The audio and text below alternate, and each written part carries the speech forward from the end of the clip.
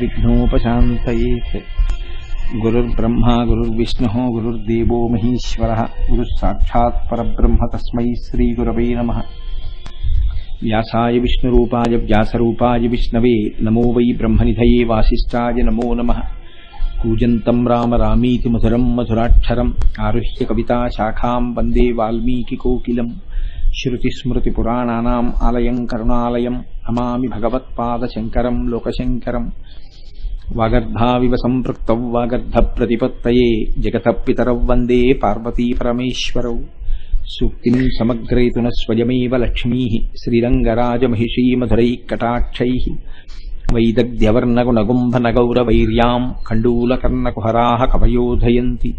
हैमोद्भपुण्ड्रमजहन्मकुटं सुनासं मन्दस्मितं मकरकुण्डलचारुगण्डं बिम्बाधरं बहुलदीर्घकृपाकटाक्षं श्रीवेङ्कटेशमुखमात्मनिसन्निधत्ताम्। मनोजवं मरुततुल्यवेगं जितेन्द्रियं बुद्धिमतां वरिष्ठं वातात्मजं वनरयूथमुख्यं श्रीरामदूतं शिरसा नमामि। आपदामपहर्तारं दातारं सर्वसम्पदां लोकाभिरामं श्रीरामं भूयो भूयो नमाम्यहम्। सिन्दूरारुणविग्रहां त्रिनयनां माणिक्यमौलिस्फुरत्तारानायकशेखरां स्मितमुखीं आपीनपक्षूरुहां पाणिभ्याम् अलिपूर्णरत्नचषकं रक्तोत्पलं बिभ्रतीं सौम्यां रत्नघटस्थरक्तचरणां ध्यायेत् परादम्बिकाम्।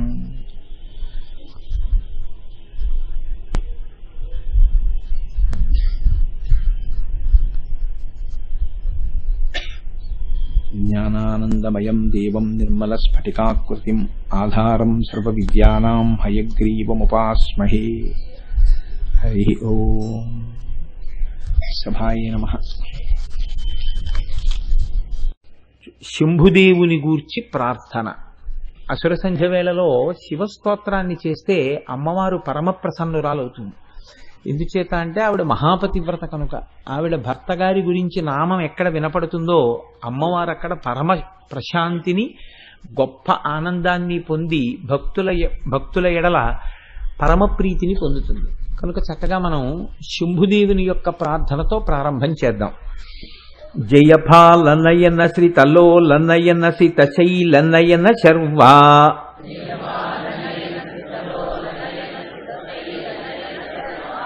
జయ కాల కాల జయ మృత్యు మృత్యు జయ దేవ దేవ శంభో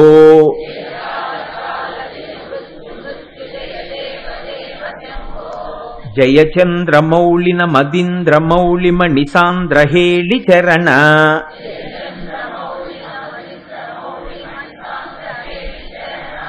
జయ యోగ మార్గజిత రాగ దుర్గమునియాగ భాగ భర్గా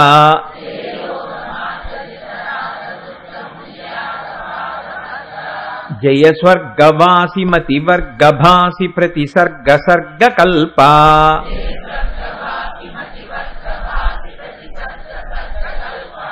జయ బంధు జీవ సుమ బంధు జీవ సమసాంధ్య రాగ జూట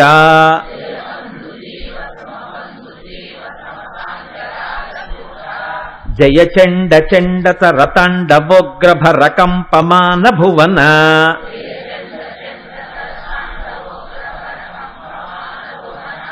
జయ హార హీర ఘన సార సారత రసారదాభ్ర రూపా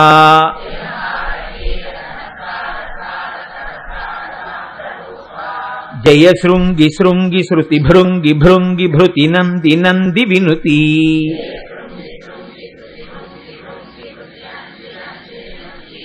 జయ కాల కంఠ కల కంఠ కంఠ సుర సుందరీ స్తుత శ్రీ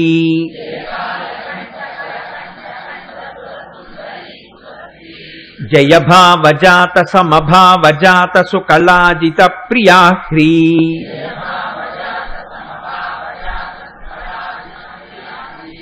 జయ దగ్ధ భావ భవ స్నిగ్ధ భావ భవ ముగ్ధ భావ భవన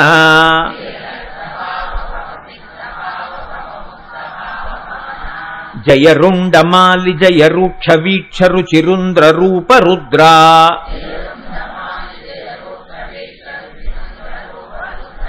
జయ నాసికాగ్రనయనోగ్ర దృష్టి జనితాగ్నిభుగ్న విభవా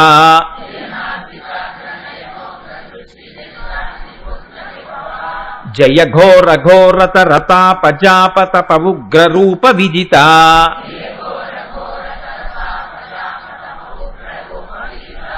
జయ కాంతిమాలి జయ క్రాంతికేలి జయ శాంతిశాలి శూలి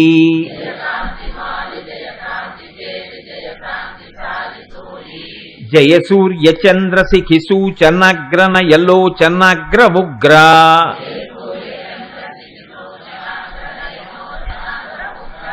జయ బ్రహ్మ విష్ణు పురుహూత ముఖ్య సురసన్నుతఘ్రియుగ్మ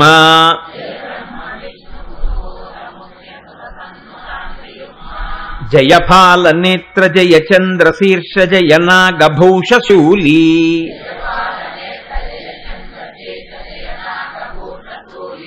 జయ కాల కాల జయ మృత్యు మృత్యు జయ దేవ దేవ శంభో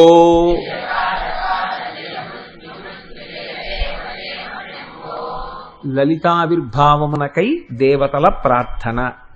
విశ్వరూపిణి సర్వాత్మే విశ్వభూతైకనాయకి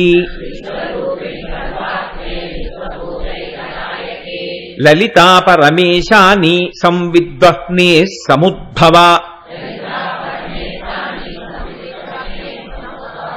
అనంగరూపిణి పరే జగదానందదాయిని లలితా పరమేశాని సంవిద్వహ్నే సముద్భవ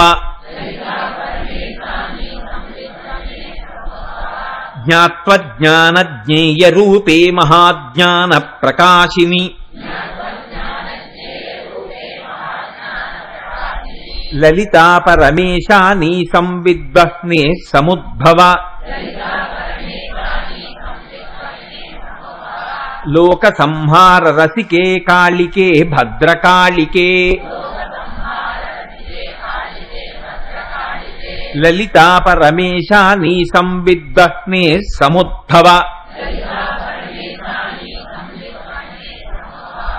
లోక సంత్రాణ రసికే మంగళే సర్వమంగళే లలితా పరమేశాని సంవిద్వహ్నే సముద్భవ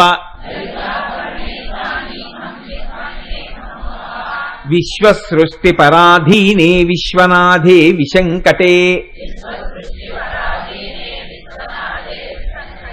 లలితా పరమేశాని సంవిద్వహ్నే సముద్భవ సంవిద్వహ్ని హుతాశేషా సృష్టి సంపాదితాకృతే లలితా పరమేశాని సంవిద్వహ్నే సముద్భవ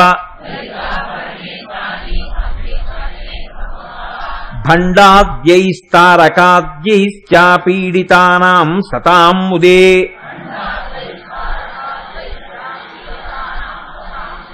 లలితా పరమేశాని సంవిద్వహ్నే సముద్భవ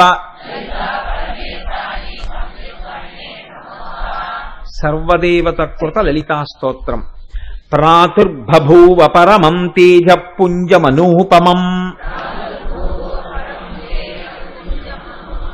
కోటి సూర్య ప్రతీకాశం చంద్రకోటి సుశీతలం తన్మధ్యమే సముదభూచక్రాకారమనుత్తమం తన్మధ్యమే మహాదేవిముదయార్క సమప్రభాం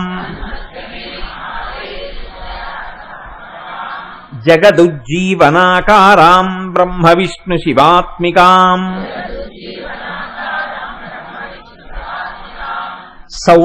సౌందర్యసారసీమాం తామానందరససాగరాం జపాకుసుమ సంకాశాం దాడిమీ కుసుమాంబరాం సర్వాభరణ సంయుక్తాం శృంగారైకరసాలయాం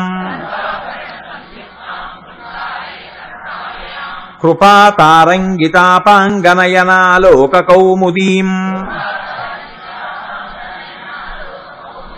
పాశాంకుశేక్షుకోదండ పంచబాణలసత్కరాం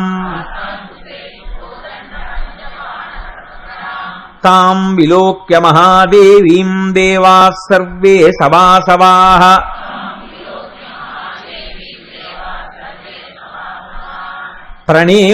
ప్రణేముర్ముదితాత్మానో భూయో భూయో కిలాత్మికాం.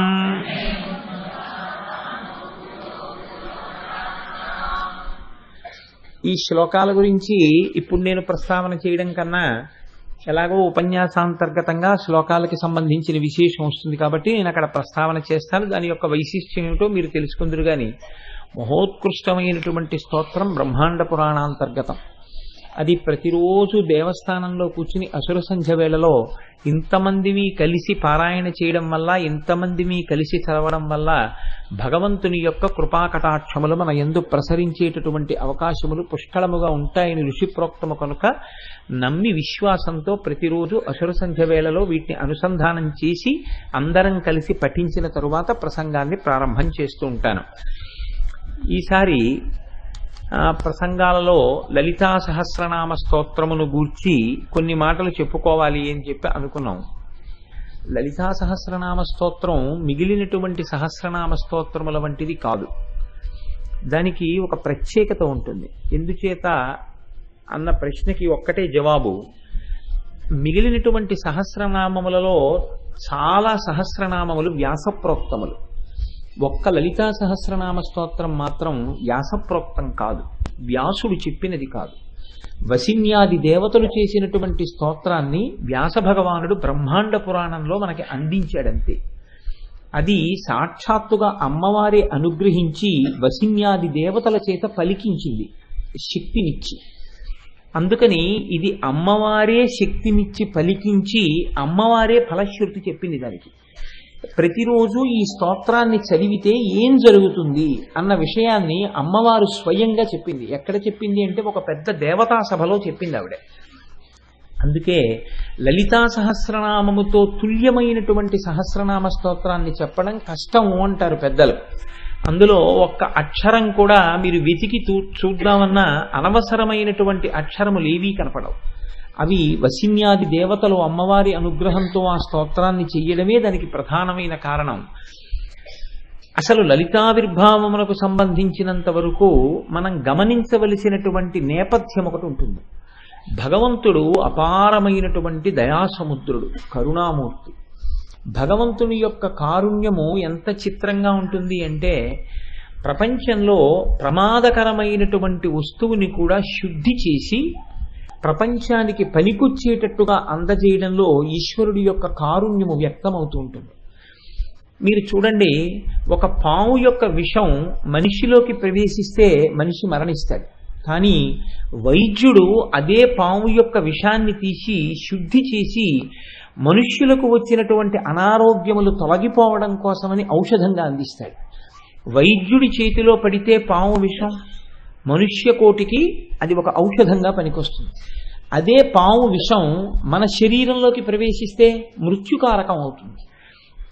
వైద్యుడి చేతిలో పడినటువంటి పాము విషం ఎలా ఔషధి గుణాన్ని పొందిందో అలాగే ఈ ప్రపంచంలో కొంతమంది అహంకారంతో గర్వంతో లోకాలన్నింటినీ కూడా ప్రమాదకరమైనటువంటి రీతిలోకి నెట్టేటట్టుగా ప్రవర్తించినప్పటికీ కారుణ్యమునకు ఆలవాలమైనటువంటి భగవంతుని యొక్క స్వరూపము, అది మీరు అమ్మవారిని పిలవండి, అయ్యవారిని పిలవండి, ఏ రూపంతో మీరు పిలిచినప్పటికీ ప్రస్ఫుటంగా ఈశ్వర కారుణ్యము వ్యక్తమవుతూ ఉంటుంది. విశేషించి అమ్మ అన్న మాట ఎక్కడుందో అక్కడ ఈ కారుణ్యం మరింత ప్రస్ఫుటంగా ఉంటుంది. లలితా సహస్రనామ స్తోత్ర ఆవిర్భావమునకు వెనక చాలా పెద్ద నేపథ్యమే జరిగింది.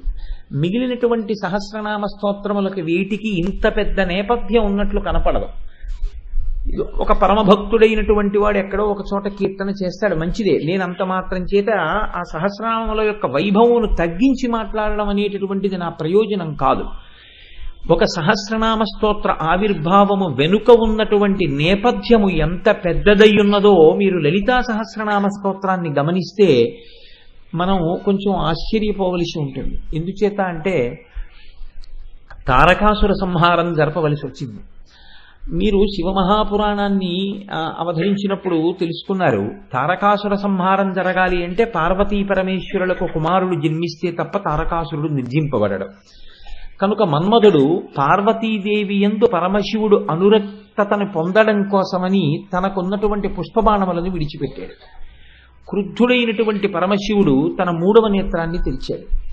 ఆ 3వ నేత్రంలోంచి వచ్చినటువంటి అగ్ని జ్వాలలలో మన్మధుని యొక్క శరీరము దహించుకుపోయి ఒక పెద్ద భస్మరాశి కింద పడింది. ఇప్పుడు ఈ భస్మరాశి పడిన తరువాత ఏ ప్రయోజనం జరుగుతుందనుకుని అక్కడికి దేవతలందరూ వచ్చారో ఆ ప్రయోజనం సిద్ధించలేదు సరికదా, వారు అనుకోనటువంటి హఠాత్ పరిణామము సంభవించింది. పరమశివుడి మీద మన్మథబాణములు పడితే పార్వతీ పరమేశ్వరుల యందు అనురాగము కలుగుతుంది ఒండురులకని దేవతలు ఆశించారు. కానీ మన్మథ దహనము జరిగింది. అందుకని ఎక్కడి దేవతలు అక్కడే సర్దుకుని వెళ్ళిపోయారు. వెళ్ళిపోయినప్పుడు అక్కడ ఇంకేమీ లేదు. మన్మధుని యొక్క శరీరము కాలిపోయి దాని భస్మరాశి పడి ఉంది. ఒక్కొక్కసారి చాలా తమాషా అయినటువంటి పనులు జరుగుతూ ఉంటాయి. ఇవి కాకతాళీయముగా జరిగాయి అని మీరు అనుకోవడానికి వీల్లేదు. ఎక్కడో ఉంటుంది భగవంతుని యొక్క సంకల్పం. ఆయన ఏదో ఊహ చేస్తాడు, లోకమునకు ఏదో ఒక ప్రయోజనమును అందించాలి. కాబట్టి గణములు అని ఉంటాయి. ఒక గణమునకు నాయకుడైనటువంటి వాడు ఆయనని గణేశ్వరుడు అంటారు. గణేశ్వరుడు అంటే గణములకు నాయకుడు అని. ఒక గణమునకు నాయకుడు గణేశ్వరుడు చిత్రకర్మ అనేటటువంటి ఆయన ఆ ప్రాంతానికి వచ్చాడు. ఆయన ఈ బూది కుప్పని చూశాడు.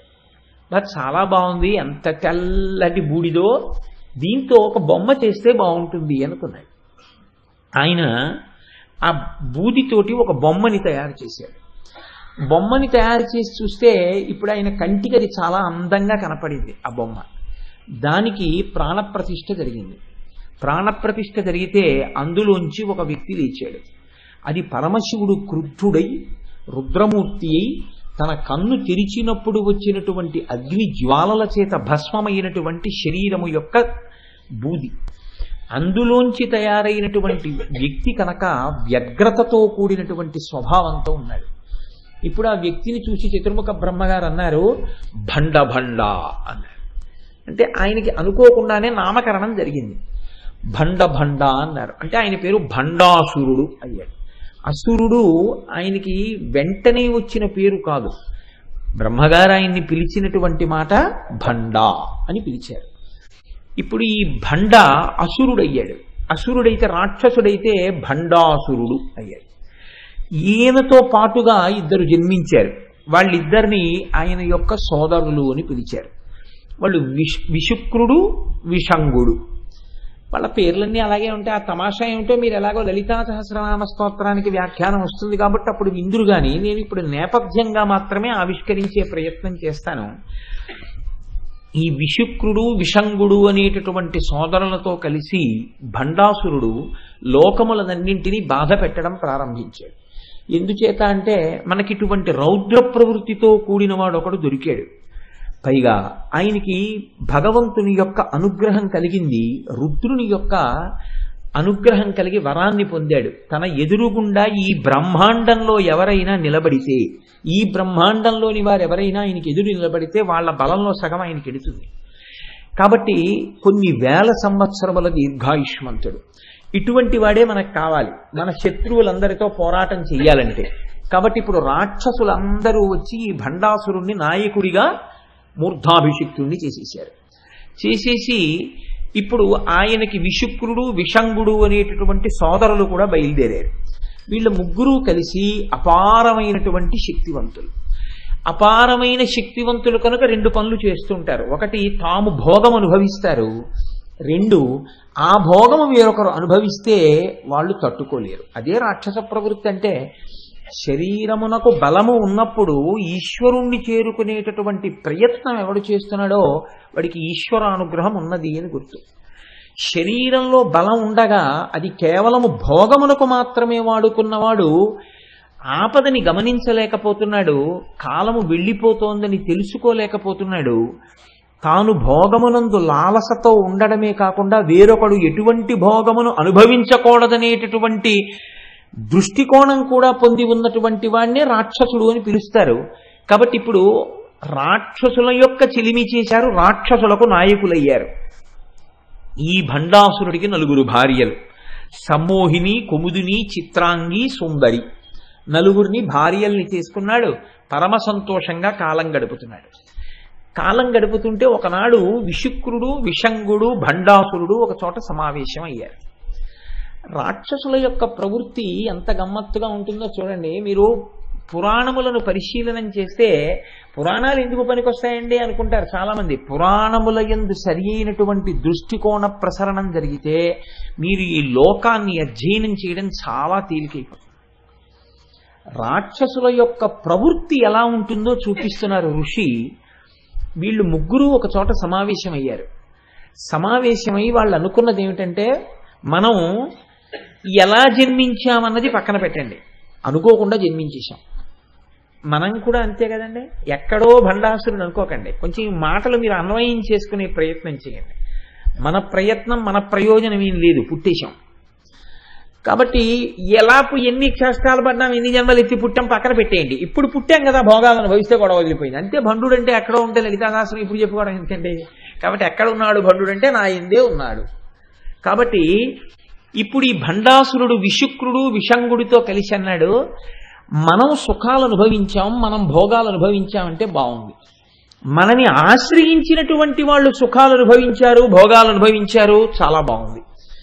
మనకి ఎవరు జయ జయధ్వానం చేస్తారో, ఎవరు మనని ప్రభువుగా అంగీకరించారో, ఎవరు మన మోచేతి కింద నీరు తాగి బతుకుతున్నామని గులాములై ఉన్నారో అటువంటి వాళ్ళు సుఖములు అనుభవిస్తే మనకేం అభ్యంతరం లేదు.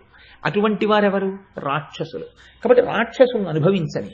కానీ మనని నాయకుడిగా అంగీకరించినటువంటి జాతులు కొన్నున్న ఈ ప్రపంచంలో, ఈ బ్రహ్మాండంలో. అవి యక్ష, గంధర్వ, కిన్నెర, కింపురుష దేవతలతో ప్రారంభించి మనుష్య జాతితో సహా ఎన్నో జాతులున్నాయి. వీళ్ళెందుకు అనుభవించాలి భోగం? మనం అనుభవించామంటే దానికి అర్థం ఉంది. సుఖం అనుభవిస్తాం, వాడెందుకు అనుభవించాలి సుఖం? మీరు చూడండి, ఒక్కొక్కడు తాను సుఖపడతాడు, ఇంకొకడు సుఖపడ్డాన్ని చూడలేడు. మీరు చూడండి, కొంతమంది దగ్గర ఒక గమ్మత్తు ఉంటుంది. తాను కూర్చుని ఉంటాడు, వేరొకరిని కూర్చోమని అండం. ఎందుకనడంటే లోపల భండుడు ఉన్నాడు, నేను కూర్చోవచ్చు, ఆయన కూర్చోవడం ఏమిటి నా ముందు అంటే కూర్చోమండం. ఎందుకు అనలేడు అంటే కుర్చీ ఖాళీగా అన్నా ఉంచుతాడు తప్ప తన ముందు కూర్చోవడం అంగీకరించలేడు. ఇటువంటి స్థితి భండాసురుడైతే దీన్ని అధిగమించి తన కష్టాన్ని పక్కన పెట్టి అవతల వాళ్ళ యొక్క కష్టం గురించి ఎక్కువ ఆలోచించగలగడం దైవత్వం. అంతే తేడా. చంద్రశేఖర పరమాచార్య స్వామి ఒకరోజు ఆశ్రమం అధికారులు చూస్తే ఒప్పుకునేవారు కాదు. మీరు ఈ వయస్సులో ఇలాగే మాట్లాడుతుంటే మీ ఆరోగ్యం ఏమైపోతుందని బెంగ పెట్టుకునేవారు. ఒకరోజు పాపం ఆ పీఠం మేనేజర్ గారు ఏదో పని మీద ఎక్కడికో వెళ్ళారు. మంచి అవకాశం దొరికింది అనుకున్నారు పరమాచార్యుల వారు.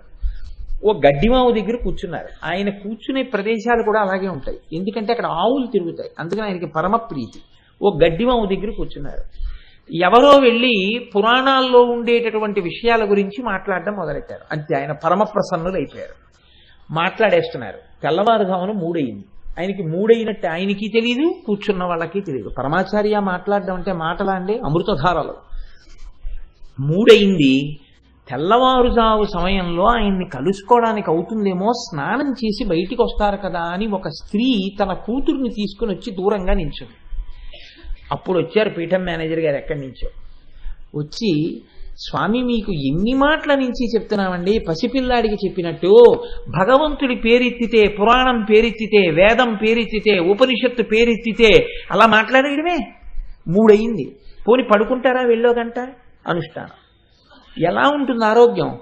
మీరు లేచి వెళ్ళి స్నానం చేసి, మీరు ఏమయ్యా ఇంతసేపు మాట్లాడించడానికి మీకు బాధగా లేదు, ఎందుకయ్యా అలా మాట్లాడిస్తారా ఆయన్ని అంటున్నారు. ఆయన అంటున్నారు పరమాచార్యులు వారు, ఈయన లేచి కమండలం పట్టుకుని సత్యదండం పట్టుకుని వెళ్ళబోదామని ఇలా చూశారు. చూసేటప్పటికి ఒక ఆవిడ అక్కడ నిలబడింది ఈయనతో మాట్లాడడానికి. ఇలా అంటారేమో వద్దామని నించునుంది. పాపం చూశారు కదా, పిలుస్తారేమో అని ఆదుర్దా పడుతోంది. పీఠం మేనేజర్ గారు చూశారు ఆవిడ. ఇంకా 3 అవ్వలేదు, అప్పుడే నువ్వు కూడా సిద్ధమైపోయావా? ఇప్పటిదాకా వీళ్ళు అయ్యారు, ఇక అనుష్ఠానం చేసుకుందామంటే ఇంకా నువ్వా అన్నారు. అంటే ఆయన అన్నారు, ఏమో నీకు చెప్పడం మర్చిపోయాను, ఒక్కసారి వెళ్ళి దేవాలయం దగ్గర కొద్దిగా విభూతి ఉంటుంది అక్కడ ఒక్కసారి పట్టరా అన్నారు.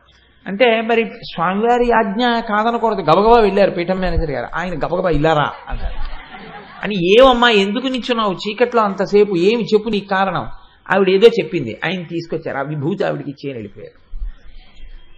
అంటే తన కష్టం గురించి చూసుకునేటటువంటి లక్షణాన్ని కూడా అధిగమించేసి అవతల వాళ్ళ కష్టం ఒక్కటే ఆలోచించగలిగినటువంటి స్థితికి మహాపురుషులు వెళ్ళిపోతారు.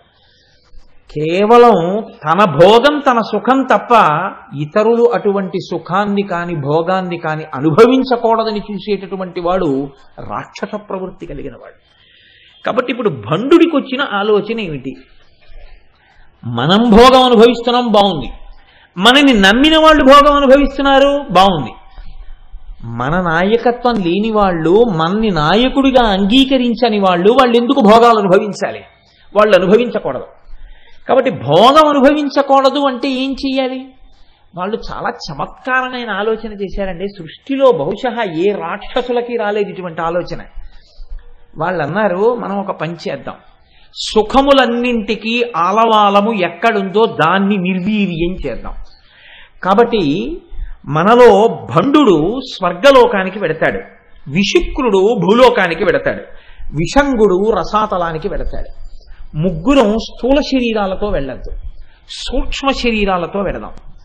వెళ్ళిన ప్రతి చోట మనం చెయ్యవలసిన పని ఒక్కటే. ఏమిటి ఆ పని అంటే, పురుషులకు పుంసత్వము లేకుండా నశింపచేసేద్దాం. స్త్రీల యందు రసోత్పాదనం లేకుండా, రేతస్సు లేకుండా స్త్రీలని చేసేద్దాం. స్త్రీకి స్త్రీ సహజమైనటువంటి స్థితి ఉండదు, పురుషుడికి పుంసత్వం ఉండదు. ఇప్పుడు స్త్రీ పురుషుల మధ్య భోగీచ్ఛ ఉండదు. స్త్రీ పురుషుల మధ్య భోగీచ్ఛ లేని నాడు, అసలు ఆ సంతోషము అన్నది కొరవడిపోయిన నాడు, మనస్సుని సంతోషంగా ఉంచుకోవడము అనేటటువంటి ప్రయత్నమే లేని నాడు లలిత కళలు నశించిపోతాయి. సంగీతం వినరు, ఎవరు నృత్యం వినరు, ఎవరు చక్కగా ఎక్కడో ఏదో మంచి కార్యం జరుగుతోందంటే వినరు. ప్రతివాడు ఏమైపోతాడంటే నీరసపడిపోతాడు. ఈ నీరసపడిపోతే ఏమైపోతుందంటే ఎక్కడ ఏవీ జరగవు. ఇలా నీరసపడిపోతే కొన్నాళ్ళకి ఏమైపోతుంది? స్త్రీ పురుషుల మధ్య భోగేచ్ఛ లేదు. భోగేచ్ఛ లేదు కాబట్టి ప్రత్యుత్పత్తి లేదు. ప్రత్యుత్పత్తి లేదు కాబట్టి భోగము లేదు, ప్రత్యుత్పత్తి లేదు. కాబట్టి ఆ జాతులు తమంత తాము నశించిపోతాయి. కొన్నాళ్ళకి దేవతలందరూ ఏమైపోతారు? నశించిపోతారు. కొన్నాళ్ళకి మనుష్యులందరూ ఏమైపోతారు? నశించిపోతారు. కొన్నాళ్ళకి జంతులోకం అంతా ఏమైపోతుంది? నశించిపోతుంది. సర్పజాతి ఏమైపోతుంది? నశించిపోతుంది. ఎవరు మిగిలిపోతారు ఈ భోగేచ్ఛతో ఉండి? రాక్షసులొక్కళ్ళే మిగులుతారు. మనకి భోగము మిగలాలి, భోగం అనుభవించడానికి మనం తప్ప మరొకడు ఉండనుకోవడం. అంటే అసలు ఆ కోరిక ఎంత దూరం వెళ్ళిపోయిందో చూడండి. ఇప్పుడు వీళ్ళు ముగ్గురు బయలుదేరి సమస్త లోకముల యందుండేటటువంటి అన్ని జాతుల వారి యందు పురుషులకు పుంసత్వం లేకుండా చేశారు. పుంస్త్వము లేదు. స్త్రీల యందు రసము రేతస్సు లేదు. అక్కడ మహర్షి ఒక అందమైన మాట అంటారు, రసయేవ పరం బ్రహ్మ రసయేవ పరాగతి రసోహి కాంతిధ పుంసాం రసో రేత ఇతి స్మృత. మనుష్యుల యందు ఈశ్వరానుగ్రహం చేత పెరిగేటటువంటి ఆ వీర్య రేతస్సులే కాంతిగా, స్మృతిగా, ఉత్సాహంగా, ప్రాణశక్తిగా ద్యోతకమవుతూ ఉంటాయి. అవి నశించిపోవడం ప్రారంభిస్తే సమస్త జీవకోటి నీరసపడిపోతుంది. కాబట్టి జీవకోటి అన్ని చోట్ల నీరసపడింది. ఆఖరికి రసాతలంలో ఉండేటటువంటి సర్పజాతులు పడగలెత్తడం కూడా మానేసి, ఎక్కడా లలిత కళలు లేవు, ఎక్కడా కచేరీలు లేవు, ఎక్కడా సంగీతం లేదు, ఎక్కడా నృత్యం లేదు, ఎక్కడా ఏ సభలు లేవు, ఎక్కడా ప్రవచనాలు లేవు, ఎక్కడా హోమాలు లేవు, యజ్ఞాలు లేవు, యాగాలు లేవు. ఏమిటో ఎవరిని చూసినా అలా దిగాలుగా కూర్చుని ఉంటారు. ఒకరిని ఒకరు చూసుకోరు, ఒకరిని ఒకరు చూసి చిరునవ్వులు ఉండవు, ఒకరిని ఒకరు చూసి సంతోషాలు ఉండవు. వీళ్ళు యుద్ధం చేయలేదు. యుద్ధం చెయ్యకుండా లోకమునందు కామప్రళయాన్ని సృష్టించాడు భండాసురుడు. ఇది లలితా సహస్రనామ స్తోత్ర ఆవిర్భావమునకు నేపథ్యం. ఇప్పుడు ఎవరికైనా అసలు మనం ఎందుకు ఇలా ఉన్నాం అని ప్రశ్న వేసుకుందామన్న ఉత్సాహం లేదు. అసలు సమస్త జాతులు నీరసపడిపోయాయి, సమస్త లోకాలు నీరసపడిపోయాయి.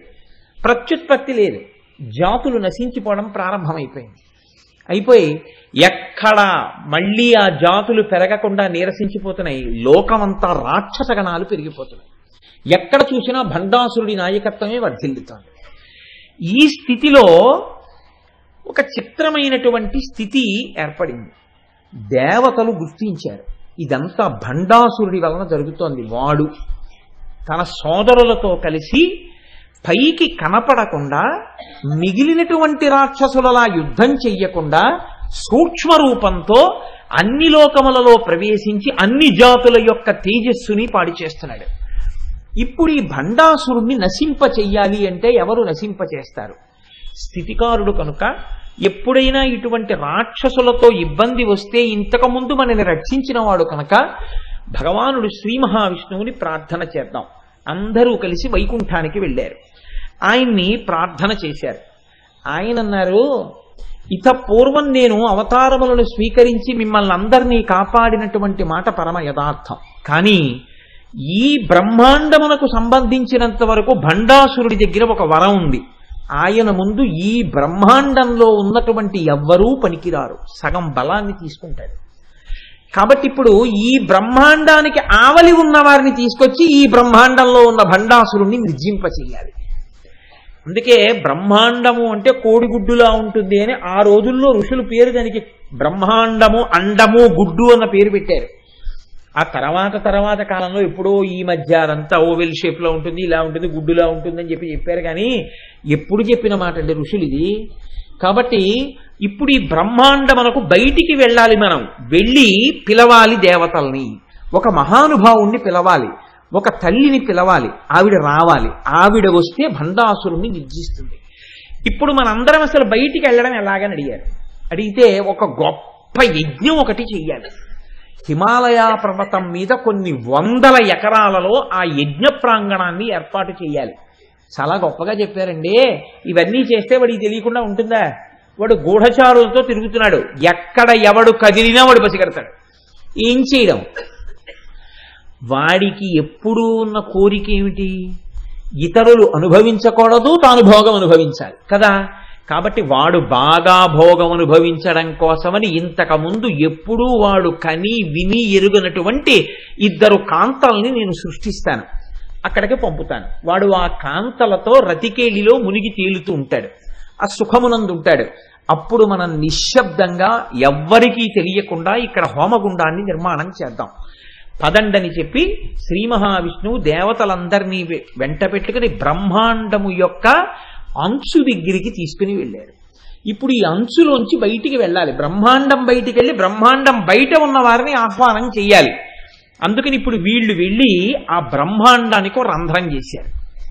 రంధ్రం చేసి అంచులోంచి మెల్లిగా రంధ్రంలోంచి బ్రహ్మాండము యొక్క పైభాగమునకు వెళ్ళారు. అవతల భాగానికి వెళ్ళి నిలబడ్డారు. వెళ్ళి నిలబడితే ఏముంటుంది? నత్ర సూర్యోభాతి చంద్రతారకం నేమా విద్యుతోభాతి కుతోయమగ్ని. అటువంటివి ఎన్ని కోట్ల బ్రహ్మాండములు, ఇన్ని బ్రహ్మాండములకు ఎంతమంది అధినాథులు, ఇన్ని బ్రహ్మాండాలున్నాయో ఇలాగా. ఇప్పుడు ఎవరొచ్చి రక్షిస్తారు? ఎవరిని పిలవాలి? వాళ్ళకి అనుమానం వచ్చింది. ఇప్పుడు వాళ్ళన్నారు, మనం పిలుద్దాం. అసలు ఎవరిని పిలిస్తే మనకి కావలసినటువంటి శక్తి పుట్టేటట్టుగా చేస్తాడో అటువంటి మహానుభావుడు శంభుదేవుడు ఉన్నాడు. ఆయన్ని మనందరం ఎలుగెత్తి పిలుద్దాం. పిలిస్తే తప్పకుండా పలుకుతాడు. కనుక రండి, అందరూ కలిసి స్తోత్రం చెయ్యండి శంభుదేవుణ్ణి అన్నారు. ఆ శంభుదేవుడి గురించి మీరు చేసినటువంటి ప్రార్థనే మనందరం చేశామే ప్రారంభంలో. అదే దేవతలందరూ పరమశివుణ్ణి ఉద్దేశించి ఆ శంభుదేవుణ్ణి ఉద్దేశించి పిలిచారు. జయపాలనయన శ్రీకలోలనయన చితశైలనయన శర్వా జయకాల కాల జయ మృత్యు మృత్యు జయ దేవ దేవ శంభో. ఇందాక మీరు చదివారు కదా, అదే స్తోత్రాన్ని దేవతలందరూ కలిసి పిలిచారు. పిలిస్తే అందులో మీరు పెద్ద వివరణ చెయ్యవలసింది ఏముండదు. అందులో పరమశివుని యొక్క గుణములన్నీ ఆవిష్కరింపబడి ఉంటాయి. శంభుదేవుడు అక్కడికి వచ్చాడు. వచ్చి ఆయన అన్నాడు, మీకు కలిగినటువంటి విపత్తు నుంచి మిమ్మల్ని ఉద్ధరించాలి అంటే లలితాపరాభట్టారిక స్వరూపం ఆవిర్భవించాలి. అటువంటి స్వరూపం ఆవిర్భవించాలి అంటే ఒక గొప్ప యజ్ఞం ఒకటి మనం చెయ్యాలి. ఆ హోమగుండంలోంచి అమ్మవారు పైకొస్తుంది. శ్రీ మహావిష్ణువు ఇప్పటికే భండాసురుణ్ణి మోహమునందు ముంచెత్తడానికి 2 వనితల్ని సృష్టించారు. కాబట్టి మనం నిశ్శబ్దంగా ఇప్పుడు హిమాలయ పర్వత ప్రాంతమునందు కూర్చుని అటువంటి హోమం చేద్దాం రండి అన్నారు. అందరూ వెళ్ళారు. ఒక పెద్ద యజ్ఞగుండాన్ని అక్కడ తయారు చేశారు. కూర్చుని ఇప్పుడు ఆ యజ్ఞగుండంలో అగ్నిహోత్రాన్ని ప్రతిష్ఠించాలి. అప్పుడు కదండి అందులోకి హవిస్సులు ఇచ్చి పిలవడం అమ్మవారిని. ఇప్పుడు ఈ అగ్నిని తీసుకొచ్చి పెట్టడానికి మీరు మొన్న చూశారు, ఇక్కడ వెంకటాచల వైభవం జరుగుతున్నప్పుడు ఆరణి మంధనము అని చేస్తారు. ఇటువంటి అగ్నిని పుట్టించవచ్చు, కానీ పుట్టిస్తే అప్పుడు ఆ అగ్ని ఏ బ్రహ్మాండంలోది? ఈ బ్రహ్మాండంలోదే అవుతుంది. ఈ బ్రహ్మాండంలో ఉన్న అగ్నితో మీరు ఏదైనా చేస్తే వాడు సంకల్పం చేస్తే అందులో సగం తీసేసుకుంటాడు. కాబట్టి ఇప్పుడు ఇక్కడ అగ్ని పనికిరాదు. కాబట్టి ఇప్పుడు అగ్ని ఎలాగా అని ఆలోచించారు. వాడు ఎంత ఉపద్రవం తీసుకొచ్చాడో చూడండి భండాసురుడు. అంటే ఇప్పుడు శంభుదేవుడు అన్నాడు, మనకి గార్హపత్య అగ్ని, ఆహవనీయ అగ్ని, దక్షిణాగ్ని అని 3 అగ్నులు ఉన్నాయి. కానీ ఇప్పుడు ఈ 3 అగ్నులతో కుదరదు కనుక నేను చిదగ్ని అనబడేటటువంటి అగ్నిని వాయు రూపంలో బ్రహ్మాండం బయనించి ఆ బ్రహ్మాండమునకు చేయబడిన రంధ్రంలోంచి తీసుకొచ్చిన వాయువుని ఈ హోమగుండంలోకి ప్రవేశపెట్టి అగ్నిని రగలుస్తాను. దాన్ని చిదగ్ని అంటారు. ఇప్పుడు ఈ చిదగ్ని గుండంలో మీరు హవిస్సులు ఇవ్వండి. హవిస్సులు ఇచ్చేటప్పుడు మీరు సామాన్యమైనటువంటి పదార్థమును వేస్తాను అంటే మీరు చేసినటువంటి యజ్ఞము చేత ప్రీతి చెంది అమ్మవారు ఆవిర్భవించడానికి చాలా కాలం పట్టచ్చు. మనకి మళ్ళీ భండుడు మేల్కొనే లోపల అమ్మవారి ఆవిర్భావం జరిగిపోవాలి. కాబట్టి మీ ఆర్తి ప్రకటనం జరగాలి, తొందరగా రమ్మని పిలవాలి. కాబట్టి హవిస్సుల కొరకు వేరొకటి వాడకండి. మీరు దేవతలు కనుక మీ శరీరావయవములను కోసినంత మాత్రం చేత మీకు మృత్యువు రాదు. అది ఇతరులైతే శరీరావయవములను కోసేసుకుంటే మృత్యువు పాలైపోతారు. మీకు ఆ భయం లేదు. కాబట్టి మీరు మీ శరీరావయవములను ఖండించి అగ్నిహోత్రంలో వ్రేల్చండి, హవిస్సులుగా ఇవ్వండి. అంటే మీ ఆర్తి ప్రకటనం జరుగుతున్నప్పుడు అప్పుడు అందులోంచి అమ్మవారు ఆవిర్భవిస్తుంది. ఇది దేవతలకు కాబట్టి సరిపోయింది. అలా ఆర్తి ప్రకటనానికి అందరూ అటువంటి పనులు చేయమని కాదు దాని ఉద్దేశం. కాబట్టి ఇప్పుడు హోమగుండంలో దేవతలు తమ యొక్క శరీర ఖండములను తీసి ఆ అగ్నిహోత్రంలో సమర్పించి అమ్మవారిని ప్రార్థన చేశారు. అమ్మా నువ్వు ఆవిర్భవించాలి అని ఆనాడు శంభుదేవుడు అష్టకారికలతో ప్రార్థన చేశాడు. అదే సముద్భవ సముద్భవ, అమ్మాను ఆవిర్భవించు, అమ్మాను ఆవిర్భవించు, అమ్మాను ఆవిర్భవించు అంటూ 8 శ్లోకాలున్నాయే ఆనాడు బ్రహ్మాండ పురాణంలో శంభుదేవుడు చదివినటువంటి అష్టకారికలు. వాటిని దేవతలందరూ చదివారు. అలా చదివితే అమ్మవారి యొక్క ఆవిర్భావం ప్రారంభమైంది అచ్చిదగ్నిగుండంలోంచి. ఇప్పుడు వీళ్ళందరూ అలా హోమం చేస్తూ అలా యజ్ఞములో తమ శరీర ఖండములను వ్రేలుస్తూ అమ్మవారిని ప్రార్థన చేస్తుంటే అమ్మవారి యొక్క అనుగ్రహము కలిగి మాంసనేత్రము చేత చూడడానికి వీలు కానటువంటి పరబ్రహ్మస్వరూపిణి అయినటువంటి అమ్మవారు అందరికీ కనపడేటటువంటి రూపంతో అనేక కోట్ల బ్రహ్మాండములకు నాయకురాలైనటువంటి తల్లి, మణిద్వీపంలో కూర్చుని ఇన్ని బ్రహ్మాండములను శాసించగలిగినటువంటి తల్లి ఈ బ్రహ్మాండంలో హిమాలయ పర్వతాల మీద ఏర్పాటు చేయబడినటువంటి హోమగుండంలోంచి ఆ తల్లి ఆవిర్భవించడం ప్రారంభించింది. అమ్మవారు ఎప్పుడైతే చిదగ్ని గుండంలోంచి ఆవిర్భవిస్తోందో ఆ స్వరూపాన్ని చూసి దేవతలందరూ ప్రార్థన చేశారు. అమ్మా ఇది లలితా సహస్రనామ స్తోత్రము దేవతలు చేసినది కాదు, మీరు బాగా జ్ఞాపకం పెట్టుకోవాలి. ఇందాక మనం చదివేమే స్తోత్రం దేవతలు లలితాదేవిని గూర్చి చేసిన ప్రార్థన. అప్పుడు దేవతలు అమ్మవారిని ప్రార్థన చేశారు. అమ్మా నువ్వు ఇలా ఉన్నావు, ఎర్రటి వస్త్రం కట్టుకున్నావు అని నమస్కారం చేస్తూ నిలబడ్డారు. అప్పుడు ఆ తల్లి ఆవిర్భవించింది. ఆవిర్భవించిన తరువాత ఏం జరిగినది అన్నది మీరు లలితా సహస్రనామ స్తోత్ర పూర్వభాగమనందు వింటారు. ఆవిడ యుద్ధం ఎలా చేసింది, ఆవిడ ఎలా దేవతా సైన్యాల్ని సృష్టి చేసింది, అప్పటికప్పుడు ఆవిడ వారాహిని ఎలా సృష్టించింది, శ్యామలాదేవిని ఎలా సృష్టించింది, ఆవిడ ఏనుగుల్ని ఎలా సృష్టించింది, గుర్రాలను ఎలా సృష్టించింది, బాలాతల్లిని తన బిడ్డని ఎలా సృష్టించింది, తన భర్తని మహాకామేశ్వరుడిగా ఎలా స్వీకరించింది, యుద్ధం ఎలా చేసింది, ఆఖరికి భండాసురుణ్ణి నిర్జించింది, ఆవిడ సంహరించింది. ఇప్పుడు భండాసురుణ్ణి సంహరించిన తరువాత దేవతలందరూ పరమ ప్రసన్నాన్ని పొందారు. ఇక్కడ మీరు గమనించవలసినటువంటి విషయం ఒకటి ఉంటుంది. అమ్మవారు ఆవిర్భవించడానికి కారణమేమి, దానికి ఇలా చేస్తే ఆవిర్భవించినది అని చెప్పడానికి ఒక ప్రత్యేకమైనటువంటి శైలి ఏదైనా వాళ్ళు పాటించారని చెప్పడం కుదురుతుందా అంటే, దానికి పెద్దలు అంటారు, ఒక మాట చెప్తారు, ఘృత కాఠిన్యవత్. అంటే నెయ్యి కరిగి ఉంటుంది, కరిగి ఉన్నటువంటి నీతికి ఒక రంగు ఉండదు, ఒక రూపం ఉండదు. కానీ దానికి చల్లటి గాలి తగిలిందనుకోండి, వెంటనే అది ఘనీభవిస్తుంది, ఘనీభవించి ముద్దలా అవుతుంది. ఇప్పుడు ముద్దలా ఉన్నటువంటి నీతిని మీరు చేత్తో పట్టుకోవచ్చు, ముద్దలా ఉన్నటువంటి చేతికి ఒక రూపం ఉంటుంది, ఒక రంగు ఉంటుంది, మీకు తెలుస్తుంది.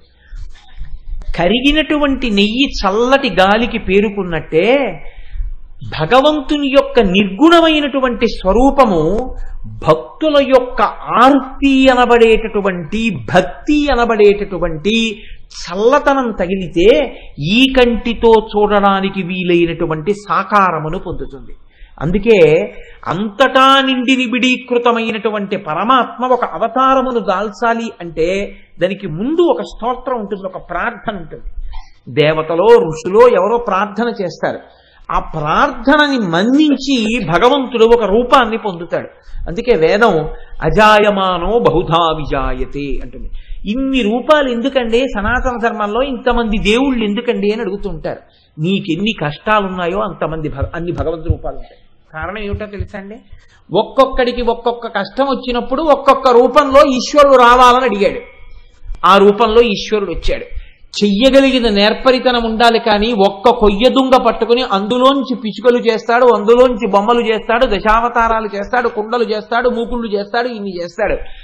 ఒక్క కొయ్య ముక్క పట్టుకుని అందులోంచి ఏనుగులు చేస్తాడు, గుర్రాలు చేస్తాడు, ఇన్ని చేస్తాడు. మీరు బొమ్మల గూట్లో ఇవన్నీ పెట్టి పిల్లల్ని తీసుకెడితే ఇవి గుర్రాలు, ఇవి ఏనుగులు, ఇవి దశావతారాలు, ఇవి రాముడు, ఇది ధనస్సు, ఇది కుండ, ఇది మూకుడు, ఇది మూత, ఇన్ని మాటలు చెప్తారు. కానీ అదంతా కొయ్యే. కొయ్యని ఇన్ని రూపములుగా మార్చినటువంటి కమ్మరివాడిలా, మట్టినే ఇన్ని రూపాలుగా మార్చిన కుమ్మరివాడిలా ఈశ్వరుడు ప్రసన్నుడైతే భక్తుల యొక్క భక్తి అనబడేటటువంటి చల్లతనం ఆయనకి తగిలితే ఘనీభవించి భగవంతుడు ఒక రూపాన్ని పొందుతాడు. కాబట్టి ఇప్పుడు లలితాదేవి కూడా ఒక రూపాన్ని అలా పొంది ఆవిడ ఆవిర్భవించింది. ఇప్పుడు ఈ ఆవిర్భవించినటువంటి తల్లి భండాసురుణ్ణి నిర్జించిన తరువాత మీ అందరికీ కావలసినటువంటి పని నేను చేసి పెట్టాను, భండాసురుణ్ణి నిర్జించాను. ఇప్పుడు లోకములన్నీ ప్రశాంతతని పొందాయి, అందరూ మళ్ళీ ఉత్సాహాన్ని పొందారు, అందరూ మళ్ళీ సంతోషాన్ని పొందారు, అన్ని జాతులు మళ్ళీ పెరుగుతాయి. ఇక నేను బయలుదేరి నా యొక్క మణిద్వీపానికి వెళ్ళిపోతున్నాను, నా యొక్క నిజ స్థావరం ఏదుందో ఆ స్థావరానికి, పరిపాలనా కేంద్రానికి బయలుదేరుతున్నానన్నారు. అంటే దేవతలు ఋషులు అందరూ ఆనాడు అమ్మవారిని ప్రార్థన చేశారు. అమ్మా, కష్టం ఎందుకు వచ్చిందో మాకు తెలియదు, కానీ ఇది ఒక గొప్ప అనుగ్రహానికి హేతువైంది. పాము విషం వైద్యుడి చేతిలో పడితే ఓషధి అయినట్టు భండాసురుడు పెట్టినటువంటి కష్టాలకి నిన్ను ప్రార్థన చేయడం మాకు ఒక పెద్ద ఉపకారం చేస్తోంది. నువ్వు ఇక్కడి నుంచి వెళ్ళిపోవడానికి వీల్లేదు. నీవు 16 చోట్ల ఈ భూమండలంలో ఉండాలి, ఈ బ్రహ్మాండంలో. కాబట్టి ఈ 16 చోట్ల నువ్వు ఉన్న ప్రాంతాలని కూడా శ్రీపురములు అని పిలుస్తారు. 16 పేర్లు శ్రీపురములే. కాబట్టి 16 శ్రీపురములను నిర్మించడం కోసమని మేము మయుణ్ణి, విశ్వకర్మని ప్రార్థన చేస్తాం. 16 చోట్ల నువ్వు వెలియాలి తల్లి అన్నారు.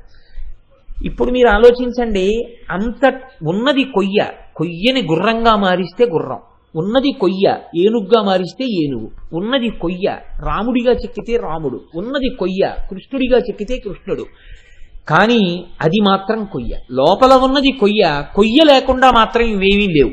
ఇవి లేకపోయినా కొయ్య మాత్రం ఉంటుంది. అలాగే అమ్మవారిని 16 చోట్ల 16 పేర్లతో ఉండమని అడిగారు వీళ్ళు. ఎన్ని పేర్లతో పిలిస్తే ఆవిడికి అభ్యంతరం? మీ ఇష్టం, ఏ పేర్లతో నన్ను ఉండమని కోరుకుంటున్నారు, ఎక్కడెక్కడ ఉండమని కోరుకుంటున్నారు. ఇది భక్తి అంటే. వాళ్ళు అనుగ్రహాన్ని పొంది వదిలిపెట్టలేదు, వాళ్ళు అలా అడిగారు కాబట్టే మనకి లలితా సహస్రం వచ్చింది. వాళ్ళు అన్నారు, అమ్మ నువ్వు 16 చోట్ల నిలబడాలి అన్నారు. ఎక్కడెక్కడా అని అడిగింది తల్లి. మేరు పర్వతం, నిషధ పర్వతం, హేమకూటం, హిమాలయం, గంధమాదనం, నీలగిరి, మేషగిరి, శృంగగిరి, మహేంద్రగిరి, లవణ సముద్రం, ఇక్షు సముద్రం, సురా సముద్రం, ఘృత సముద్రం, దధి సముద్రం, క్షీర సముద్రం, జల సముద్రం. ఈ అన్ని చోట్ల, ఈ 16 చోట్ల నువ్వు స్థిర నివాసివై ఉండాలి. ఏ ఏ పేర్లతో ఉండమంటారు అని అడిగింది తల్లి. ఈ పేర్లు వింటే చాలండి, దేవతలు అమ్మవారిని ప్రార్థన చేసి తెచ్చుకున్నటువంటి పేర్లు. అందుకే ఆ నామములను విన్నంత మాత్రం చేత అమ్మవారి యొక్క అనుగ్రహం కలుగుతూ ఉంటుంది. కామేశ్వరీపురి, భగమాలినీపురి, నిత్యక్లిన్నాపురి, భేరుండాపురి, భక్నివాసినీపురి, మహావజ్రేశ్వరీపురి, శివదూతీపురి, త్వరితాపురి, కులసుందరీపురి, నిత్యాపురి, నీలపతాకాపురి, విజయాపురి, సర్వమంగళాపురి, జ్వాలామాలినీపురి, చిత్రాపురి, మహానిత్యాపురి అని 16 పేర్లతో అమ్మవారి పేరుతో ఉన్నటువంటి పురంగా, అసలు అన్నిటికీ పేరు శ్రీపురాలి. 16 పేర్లతో అమ్మవారు 16 ప్రాంతములలో వెలిసింది. ఆ తల్లి వెలిసిందంటే దేవతల ప్రార్థనని అనుసరించి 16 ప్రాంతములందు నిలబడి ఈ బ్రహ్మాండాన్నంతటినీ ఆ తల్లి తన యొక్క రక్షణ కవచంలోకి తీసుకుంది. ఈ ఆవిర్భవించినటువంటి తల్లి యొక్క స్వరూపానికి ఋషులు ఒక పేరు పెట్టారు. ఆ పేరే లలిత అన్నారు. లలిత అన్న పేరు ఎందుకు పెట్టారు, ఏ కారణం చేత పెట్టారు? ఏదో పెట్టాలని అనిపించి పెట్టారా, లేకపోతే లలిత అని పిలవడం వెనకాతల ఏదైనా హేతు ఉందా అంటే, లోకానతీత్య లలతే లలిత తేన చోచ్యతే. ఈ తల్లి లోకములన్నింటినీ మించిపోయినటువంటి అతిశయంతో కూడినటువంటి తల్లి కనుక, అంతటి సౌందర్యమును పొంది ఉన్న తల్లి కనుక లోకానతీత్య లలతే లలిత తేన చోచ్యతే. ఆ తల్లికి లలిత అని ఉచ్యతే, పిలవబడినది.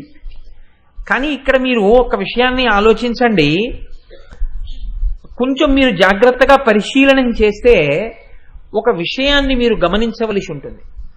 అమ్మవారు లోకములనన్నింటికన్నా కూడా అతిశయమైనటువంటి అందంతో ఉంది అని మీరు ఒక మాట అన్నారనుకోండి, అప్పుడు అది భక్తి అవుతుందా, అమ్మవారి సౌందర్యాన్ని ఎంచడం అవుతుందా? మీరు కొంచెం జాగ్రత్తగా ఆలోచించండి.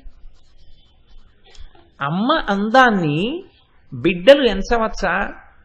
అమ్మ చాలా అందంగా ఉందండి, బ్రహ్మాండాలన్నింటినీ మించిపోయినటువంటి అందంతో మా అమ్మ ఉంది అని పేరు పెట్టి పిలిచి, అందుకని మేము లలిత అని పిలుస్తున్నాం, అందుకని లోకానతీత్య లలితే లలిత తేన చోచ్యతే అంటూ అసలు అలా అనొచ్చా? అంటే ఇక్కడ పెద్దలు అన్నారు, ఒక విషయాన్ని నువ్వు జ్ఞాపకం పెట్టుకోవలసి ఉంటుంది అన్నారు. ఇది బాహ్య సౌందర్యమును గూర్చి చెప్పినటువంటి మాట నిజమే, కానీ భగవంతుని యొక్క అనుగ్రహం కానీ, లోపల ఉండేటటువంటి మంచితనం కానీ, దయ కానీ, ప్రధానంగా మీరు దయ అన్న విషయం గురించి ఆలోచించండి. ఎందుకంటే అమ్మవారి యొక్క గుణములలో దయ ఒకటి అని ఎవరైనా అన్నారనుకోండి, ఖచ్చితంగా అది తప్పు మాట. అమ్మవారి యొక్క గుణములలో దయ ఒకటి కాదు, అమ్మయే దయ. అమ్మని ఏమనాలంటే ఆవిడ దయాస్వరూపిణి అన్నారు. అమ్మవారి యొక్క ప్రధానమైనటువంటి తత్వమే దయ. ఇప్పుడు ఒక వ్యక్తి పైకి అందంగా ఉండకపోవచ్చు, చూడగానే అబ్బాయి ఏమిటండి ఆయన అలా ఉన్నారు అని మీకు అనిపించవచ్చు, కానీ ఆయన గొప్ప దయాశాలి కావచ్చు. ఒక వ్యక్తి పైకి చాలా అందంగా కనపడచ్చు, కానీ వాడు పరమ మోసగాడు కావచ్చు, నిర్దయుడు కావచ్చు. అందము దయ రెండూ ఒక చోటే ఉండాలి అని మీరు ఎప్పుడైనా ఊహించి నిర్ధారణ చేసి చెప్పగలరా? ఒక ఆయన అందంగా ఉన్నాడు కాబట్టి ఆయన యందు దయ కూడా ఉంటుందండి ఖచ్చితంగా అని మీరు నిర్ధారణ చేయగలరా? చేయలేరు. ఈయన అందంగా లేడు కాబట్టి ఈయన యందు దయ ఉండదండి అని మీరు నిర్ధారణ చేయగలరా? చెయ్యలేరు. అందముంటే దయ ఉండాలని లేదు, దయ ఉంటే అందం ఉండాలని లేదు. అందముండి దయ లేకపోవచ్చు, అందము లేక దయ ఉండవచ్చు. అమ్మవారి యొక్క లలితా శబ్దానికి గొప్పతనం ఏమిటంటే, ఆవిడ యొక్క అందము కేవలము బాహ్యమునందందము కాదు, ఆవిడ అందము ఆవిడ యొక్క దయయే. మీరు ఆ భావనతో చూసినప్పుడే. అమ్మ అన్న మాట పట్ల మనకి అంత ప్రేమ ఎందుకో తెలుసా అండి? అమ్మలో అందం చూడం, అమ్మ అనేటప్పటికీ మనకి ఏం గుర్తొస్తుంది అంటే, అన్ని ప్రమాదముల నుంచి మనని చిన్నతనం నుంచి పైకెత్తినటువంటి అమృత శక్తి, అదే అమ్మ. మనం పుట్టినప్పుడు అసలు లోపల పిండం పెరగడానికి ఒక భద్రమైన స్థానాన్ని ఆవిడ ఏర్పాటు చేసింది.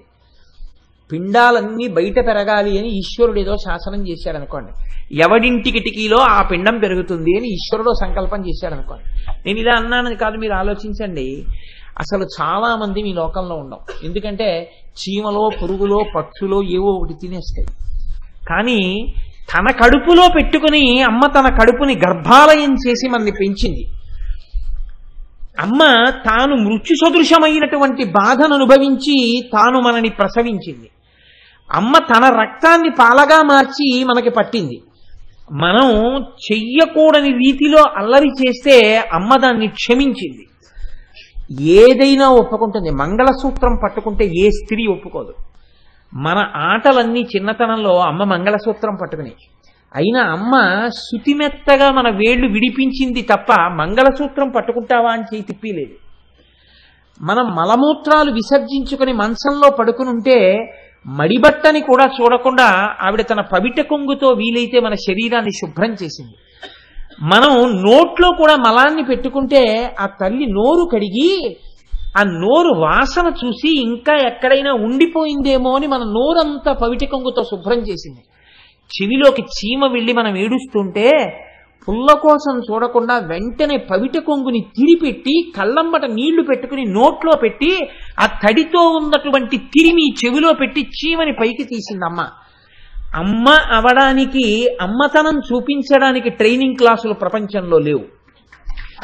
ఎంత నిర్దయతో కూడిన వ్యక్తి అయినా అయి ఉండొచ్చు. అంతకుముందు ఏ దయా తెలిసి ఉండకపోవచ్చు, ఏమీ తెలిసి ఉండకపోవచ్చు. నిద్ర 7 గంటలైతే తప్ప లేవకుండా అమ్మాయి దగ్గర ఉన్నప్పుడు పడుకునేటటువంటి పిల్ల, తన క్యారేజీ తాను సర్దుకోని పిల్ల, రేపు నీకు పిల్లలు పుడితే ఎలాగే అని తల్లి తండ్రి అడిగితే అబ్బా అవన్నీ ఎందుకు లేదురు అనే పిల్ల, తనకొక్క పసిపిల్లవాడు పుట్టేటప్పటికీ తాను తనకిష్టమైనా సరే, ఇంతకుముందు సన్నటి జల్లు వస్తుంటే బయటికి వెళ్ళి తడవడం ఎంత సరదాయో ఆ పిల్లకి. ఇప్పుడు ఆ పిల్లకి ఎవరు చెప్పక్కర్లేదు, ఆ పిల్ల బయటికి వెళ్ళి తడవదు. ఏమే కిటికీలోంచి చూస్తున్నావు బయటికి వెళ్ళటం లేదే అంటే, వీడికి పరిశ్రమ పడుతుందేమో అని భయం అమ్మా అంటే. ఇలా నువ్వు బయటికి వెళ్ళకు అని ఎవరైనా ముందు ట్రైనింగ్ ఇచ్చారా? దానికి ఏమైనా కాలేజెస్ ఉన్నాయా? ఉండవు. మహానుభావుడు అదేంటి బసవేశ్వర పురాణంలో అంటాడు, మొగ్గ లోపల పువ్వు యొక్క తావిదాగినట్టు ప్రతి ఆడదానిలో అమ్మవారు మాతృమూర్తిగా దాక్కునుంది. ఆ మాతృమూర్తిగా అమ్మవారు లోపల వికసనాన్ని పొందకపోతే ఈ సృష్టి లేదు. కాబట్టి అమ్మ అన్నం పెట్టింది. పెట్టడంలో రోగం దేని వల్ల వస్తోందో అని పెట్టలేదు. ఏది తింటే రోగం తగ్గుతుందో అది బతిమాలి బామాలి కథలు చెప్పి పెట్టింది. అమ్మ తాను తినవలసిన పదార్థాన్ని పిల్లవాడికి అనారోగ్యం చేస్తుందేమోనని తినడం మానేసింది. మానేసి వాడికి పనికొస్తుంది, వాడికి పడిషం తగ్గుతుంది అనుకుంటే తనకి ఇష్టం లేకపోయినా ఉసిరికాయ పచ్చడి తింది. పాల వలన పిల్లవాడికి పడిషం తగ్గుతుందని పిల్లవాడికి వచ్చిన అనారోగ్యం కోసం తను పచ్చం చేసింది. ఇప్పుడు మీరు ఆలోచించండి, మీరు ఏ స్థితిలో ఉండనివ్వండి, అమ్మ అన్న మాట వినపడగానే, అందుకే తండ్రి అంటే భయం ఉన్న వాళ్ళు ఉంటారు, అమ్మ అంటే మాకు భయము అన్నవాళ్ళు లోకంలో ఉండరు. అందుకే లోకంలో ఒక నానుడి ఉంది, అమ్మ కోపం తాటాకు మంట. అమ్మ కోపం తాటాకు బుట్ట మండినట్టు ఉంటుందండి. అది ఎందుకు పనికిరాదు ఆ కోపం. ఆవిడ తిట్టుకోవడం, పిల్లల్ని తిట్టడమే. 5 నిమిషాలు అది అమ్మ క్యారేజీ పెట్టేసావా అని వస్తుంది పిల్ల. తండ్రి కొంచెం కోపంగా చూసి 4 మాటలు అన్నాడు అనుకోండి, గుడ్ల నీరు కుక్కుని, అమ్మ ఎందుకు చెప్పేసావు మా నాన్నగారికి, చూసావా ఎలా అన్నారో కాలేజీకి వెళ్లే ముందు, ఇంకా నేను ఇవాళ పరీక్ష రాసినట్టే అంటాడు. తండ్రి అన్న మాటకి బిడ్డ బాధపడుతుంది, తల్లి అన్న మాట లెక్క పెట్టడు. ఎందుకంటే అమ్మ యొక్క ప్రేమ అటువంటిది. అసలు ఆ ప్రేమ పిల్లలు ఎంత కటువుగా ప్రవర్తించనివ్వండి, అమ్మ అంత ఆశీర్వచనం చేస్తూనే ఉంటుంది. గొడ్డలి పట్టుకొచ్చి చందనపు చెట్టుని నరుకుతుంటే చందనపు చెట్టు సువాసనని ఇస్తూనే ఉంటుంది. ఉడికిపోతున్న అన్నం తినడానికి తేలికైనటువంటి రీతిలో మెత్త పడిపోతూనే ఉంటుంది. చెరుకు కర్రని పట్టుకుని కత్తితో నరికినా, పంటి మధ్య పెట్టి నలిపినా తీయదనాన్ని స్రవిస్తుంది. అమ్మ అన్న వ్యక్తిని మీరెంత బాధ పెట్టినా ఆశీర్వచనం చేయడమే అమ్మకు వస్తుంది. కాబట్టి అమ్మతనం కన్నా భద్రత ఎక్కడుంది? కాబట్టి అమ్మ అన్న మాట ఎక్కడుందో అక్కడ శోభ ఉంది, శోభ ఎక్కడ ఉందో అక్కడ శుభం ఉంది. శోభ శుభం. అమ్మ అన్న మాట ఎక్కడ ఉందో అక్కడ భగం ఉంది. భగము అంటే అద్భుతం.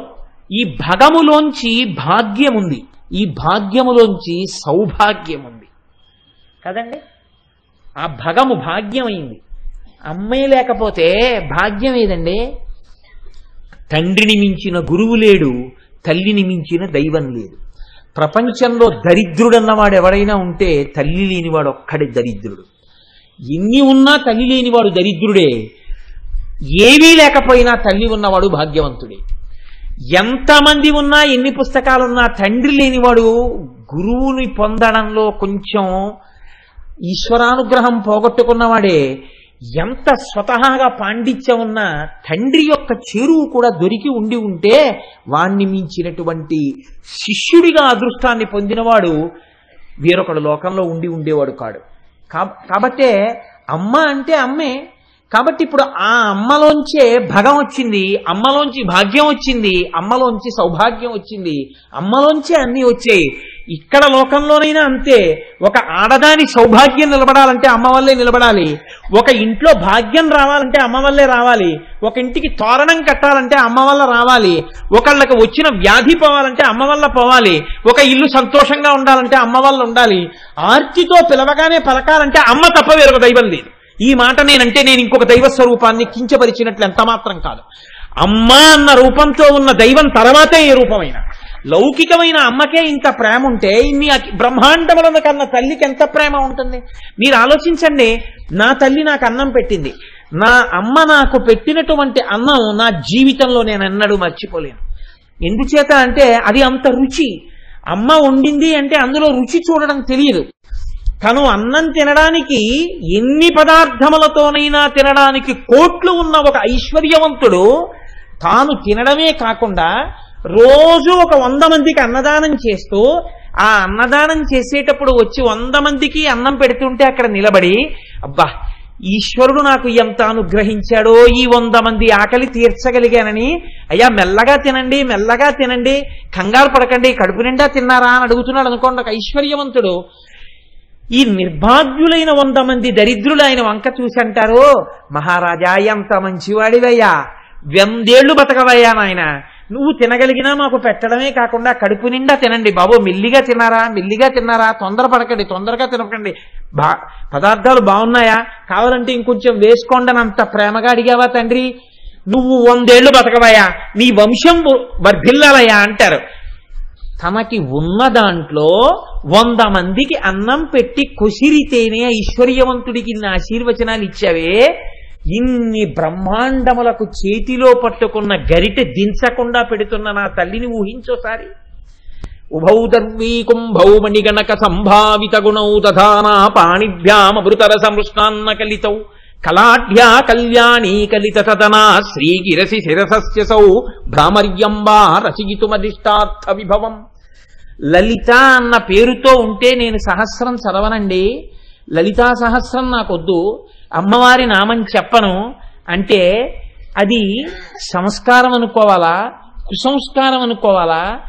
అంత అన్నం పెట్టేటటువంటి అమ్మ పేరు చెప్పడానికి నీకెందుకు బాధ వస్తున్నట్టు?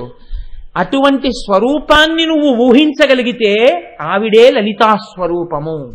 ఇంతమంది అమ్మలను గన్న అమ్మ ఎవరుందో, ఇంత జీవకోటికి అన్నం పెడుతున్న అమ్మ ఎవరుందో, ఆ అమ్మల గన్న అమ్మ, ఆ అన్నపూర్ణమ్మ, నీ అమ్మ, మా అమ్మ, అందరి అమ్మల అమ్మ, అమ్మలలో ఉన్న అమ్మతనం రాశీభూతమైన అమ్మ లలితమ్మ. కాబట్టి అటువంటి తల్లిని లోకానతిత్య లలితే లలితా తేన చోక్యతే, దయ కలిగిన అమ్మ. కాబట్టి ఇది ఆవిడ లాలిత్యం, ఇది ఆవిడ ఎరుపుతనం, ఇది ఆవిడ అనురాగం, ఇది ఆవిడ కాంతి, ఇది ఆవిడ శోభ, ఇది ఆవిడ యొక్క భగం. కాబట్టి చూడండి, ఇటువంటి తల్లి ఈవిడ నామాల్ని చెప్తూ అగస్త్యుల వారికి ఉపదేశం చేస్తున్నాడు హయగ్రీవుడు. హయగ్రీవుడు మహానుభావుడు. జ్ఞానానందమయం దేవం నిర్మల స్ఫటికాకృతిం ఆధారం సర్వ విద్యానాం హయగ్రీవం ఉపాస్మహే. ఆ హయగ్రీవావతారం ఎలా వచ్చింది అన్న దాని మీద భాగవతంలో, దేవీ భాగవతంలో, ఇతరమైన చోట్ల అనేకమైనటువంటి విషయములను చెప్పి ఉన్నారు. భాగవతంలో మాత్రం అంటారు దధీచి మహర్షియే ఈ హయగ్రీవావతారంతో బ్రహ్మజ్ఞానాన్ని బోధ చేశాడు అని ఒక కథ. కాబట్టి అటువంటి హయగ్రీవమూర్తి విష్ణువాంశలో ఉన్నటువంటి వారు. అటువంటి హయగ్రీవుడు అగస్త్య మహర్షికి ఈ లలితా సహస్రనామ స్తోత్రాన్ని రహస్యనామములు అంటూ ఉపదేశం చేశారు. రహస్యనామములు అనడానికి కారణం ఒక్కటే. నా ఉపన్యాసాల్లో నేను ఈ బీజాక్షరాలకి సంబంధించినటువంటి అనుసంధానం ఎక్కువగా చెయ్యడానికి విముఖుడను. కారణం ఏమిటి అంటే ఒక్కటే. పరమాచార్య స్వామి ఒకానొక నాడు కంచిలో మాట్లాడుతూ ఎన్నడూ బహిరంగ వేదికల మీద నీకు తెలుసు కదా అని కాని ఇంకొకలా కాని బీజాక్షర సంపుటీకరణముల గురించి మాట్లాడవద్దు అని శాసనం చేశారు. కాబట్టి నేను దాని వైభవాన్ని ప్రస్తావన చేసే ప్రయత్నం చేస్తాను.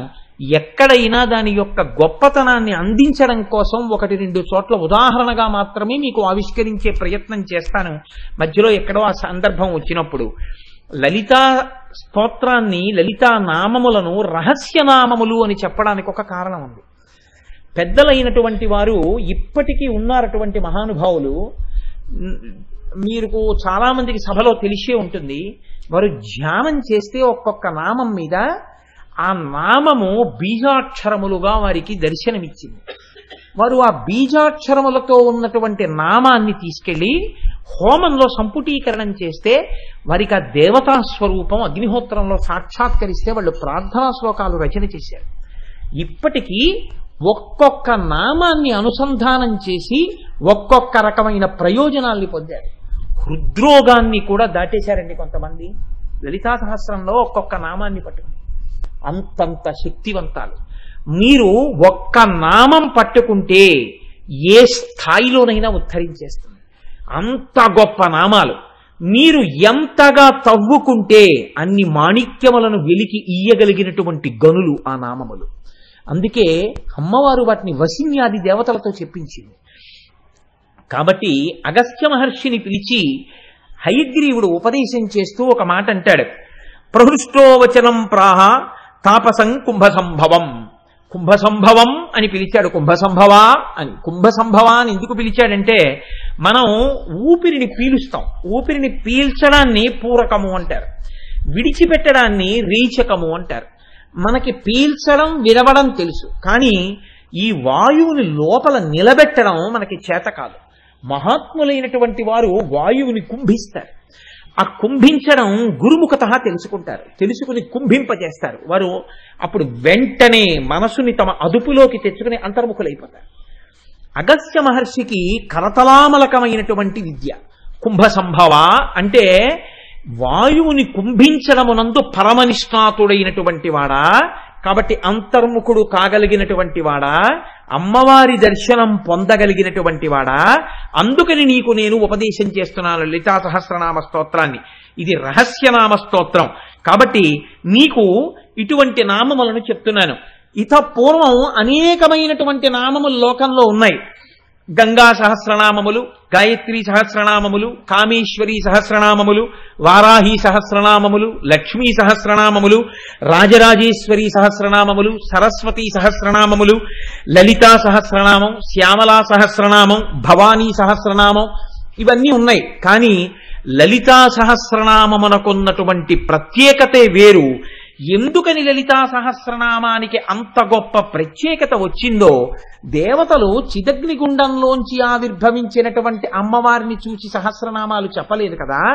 మరి ఏ సందర్భంలో ఎప్పుడు వచ్చాయి ఈ సహస్రనామాలు, ఎవరు చెప్పారు, ఎందుకు చెప్పారు, ఆ నామాలకి అంత శక్తి ఎక్కడి నుంచి వచ్చింది? దీని గురించి నీకు నేను మొట్టమొదట ఈ విషయాన్ని చెప్తాను, నువ్వు చాలా జాగ్రత్తగా అవధరించు అంటూ హయగ్రీవుడు అగస్త్య మహర్షితో ఈ విషయాన్ని చెప్తున్నారు. ఒకానొకనాడు లలితాదేవి ఒక పెద్ద సభ తీర్చింది. లలితాదేవి తీర్చినటువంటి సభకు అన్ని బ్రహ్మాండములకు సంబంధించినటువంటి నాయకులు వచ్చారు. అన్ని బ్రహ్మాండములలో ఉన్న బ్రహ్మలు. ఇప్పుడు మన జిల్లాకు ఒక కలెక్టర్ గారండి, chief secretary to the government of Andhra Pradesh collectors meeting summon చేశాడు అనుకోండి, అన్ని జిల్లాల కలెక్టర్లు ఆయన దగ్గరికి వెడతారు.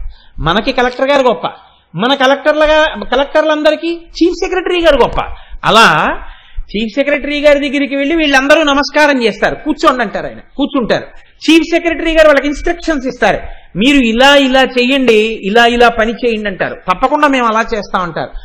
ఆయన చెప్తే ఇది మేము చెయ్యడం ఏమిటని ఉండదు. మీరు వారంలో ఒక రోజు సాంఘిక సంక్షేమ హాస్టల్లో పడుకోండి అన్నారు అనుకోండి, చీఫ్ సెక్రటరీ గారు నేను పడుకున్నానని కంప్లైంట్స్ రిపోర్ట్ పంపించవలసి ఉంటుంది. ఎందుకంటే చీఫ్ సెక్రటరీ గారి పవర్ అటువంటిది.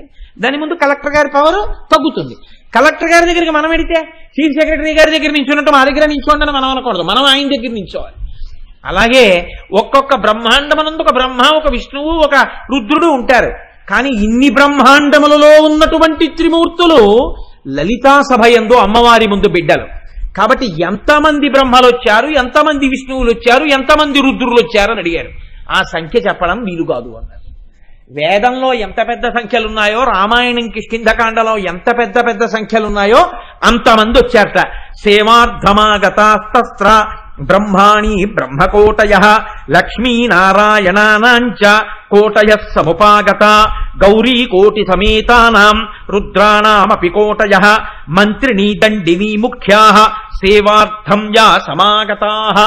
అమ్మవారిని సేవించడం కోసమని కొన్ని కోట్ల మంది గౌరీదేవులు, కొన్ని కోట్ల మంది రుద్రులు, కోట్ల మంది బ్రహ్మలు, కోట్ల మంది సరస్వతీదేవులు, కోట్ల మంది విష్ణువులు, కోట్ల మంది లక్ష్ములు, ఇంతమంది వచ్చారు. ఇంతమంది వచ్చి ఆ సభలో కూర్చుని ఉన్నారు. అమ్మవారు ఎత్తైనటువంటి సింహాసనం మీద కూర్చునుంది. అమ్మవారికి అటు ఇటు అమ్మవారి యొక్క బిడ్డలు, అమ్మవారి యొక్క మంత్రులు కూర్చుని ఉన్నారు.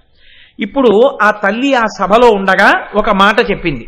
ఆవిడ ఆజ్ఞ ఇచ్చింది. ఎవరికి ఆజ్ఞ ఇచ్చింది? వసిన్యాది దేవతలు అని పిలుస్తూ ఉంటారు 8 మంది. వీళ్ళని వాగ్దేవతలు అని పిలుస్తారు. ఈ వాగ్దేవతల యొక్క అనుగ్రహం కానీ ఎవరికైనా కలిగిందనుకోండి, భూపసభాంతరాళమున పుష్కళ వాక్చతురత్వము, ఎంత గహనమైన విషయమైనా సరే అవతల వాళ్ళకి అర్థమయ్యే రీతిలో చెప్పగలిగినటువంటి గొప్ప శక్తి వాళ్ళ వాక్కులకు వస్తుంది. వాక్కులకు అటువంటి శక్తి కలగాలి అంటే వాగ్దేవతానుగ్రహం ఉండాలి. వాగ్దేవతానుగ్రహం కలగాలి అంటే అలా అనుగ్రహం ఇయ్యి అని అమ్మవారి యొక్క ఆజ్ఞ వాగ్దేవతలకు ఉండాలి. అందరికీ వాక్కులనిచ్చేటటువంటి దేవతలు ఎవరో వాళ్ళని వాగ్దేవతలు అంటారు. ఆ దేవతల పేర్లు ప్రతిరోజు విన్నా, ఇంట్లో పిల్లలతో ఒకసారి చిన్న పిల్లలతో చెప్పించినా వాళ్ళకి వాగ్దేవతల యొక్క అనుగ్రహం కలుగుతుంది. వాళ్ళు అమ్మవారి చుట్టూ ఉంటారు ఎప్పుడు. ఆ యనమండుగురే అరుణాదేవి, కామేశ్వరీదేవి, కౌళినీదేవి, జయినీదేవి, మోదినీదేవి, నళినీదేవి, విమలాదేవి, సర్వేశ్వరీదేవి. ఈ యనమండుగురులో వసిని అన్న పేరుతో ఉన్న దేవతని అనుసంధానం చేస్తూ వసిన్యాది దేవతలు అని పిలుస్తూ ఉంటారు. ఈ యనమండుగురు వాగ్దేవతలు. వీళ్ళ అనుగ్రహం కలిగిందా, అమ్మవారు ఇలా కనుసౌజ్ఞ చేసిందనుకోండి, వాళ్ళు వెంటనే అమ్మవారి యొక్క కనుసౌజ్ఞని అందుకని గొప్పగా మాట్లాడగలిగినటువంటి శక్తిని అవతల వారికి అనుగ్రహిస్తారు. అందుకే ఆయనకి వాగ్దేవతానుగ్రహం అండి అంటుంటారు. అటువంటి వాగ్దేవతానుగ్రహాన్ని అమ్మవారి అనుగ్రహంగా భక్తులకు ప్రసరింపచేస్తారు ఆ తల్లులు. ఈ యనమండుగురి వంక అమ్మవారు చూసింది. చూసి వాళ్లతో అమ్మవారు ఒక మాట అంది. వాగ్దేవతలు మాట్లాడితేనే అంత గొప్పగా ఉంటే, వాగ్దేవతానుగ్రహం పొందినవాడు మాట్లాడితేనే అంత గొప్పగా ఉంటే, యనమండుగురులో ఒకరు మాట్లాడితేనే అంత గొప్పగా ఉంటే, యనమండుగురు ఎవరి కనుసౌజ్ఞని బట్టి మాట్లాడే అనుగ్రహం ఇస్తారో అటువంటి యనమండుగురు నిండు సభలో తమ వంకే చూసి అమ్మవారు వాళ్లతో మాట్లాడుతుంటే వాళ్ళు ఎంత ఆనందంతో ఉంటారు మీరు ఆలోచించండి. అమ్మవారు ఈ యనమండుగురితో మాట్లాడుతోంది అంటే ఇప్పుడు అమ్మవారి మాట ఎంత గొప్పగా ఉంటుంది. ఈ మాటతో లలితా సహస్రనామ స్తోత్ర ఆవిర్భావమునకు నేపథ్యం పడుతుంది. అమ్మవారి మాటతో మొదలు. అందుకే అది విన్నంత మాత్రం చేత తల్లి అనుగ్రహం కలుగుతుంది. ఎందుకని? వాగ్దేవతలతో అమ్మవారు మాట్లాడిన మాటలు అందులో ఉన్నాయి కనుక. తల్లంది భవత్యోమత్ప్రసాదేన ప్రోల్లసద్వాగ్విభూతయ మద్భక్తానాం వాగ్విభూతి ప్రదానీ వినియోజితాః.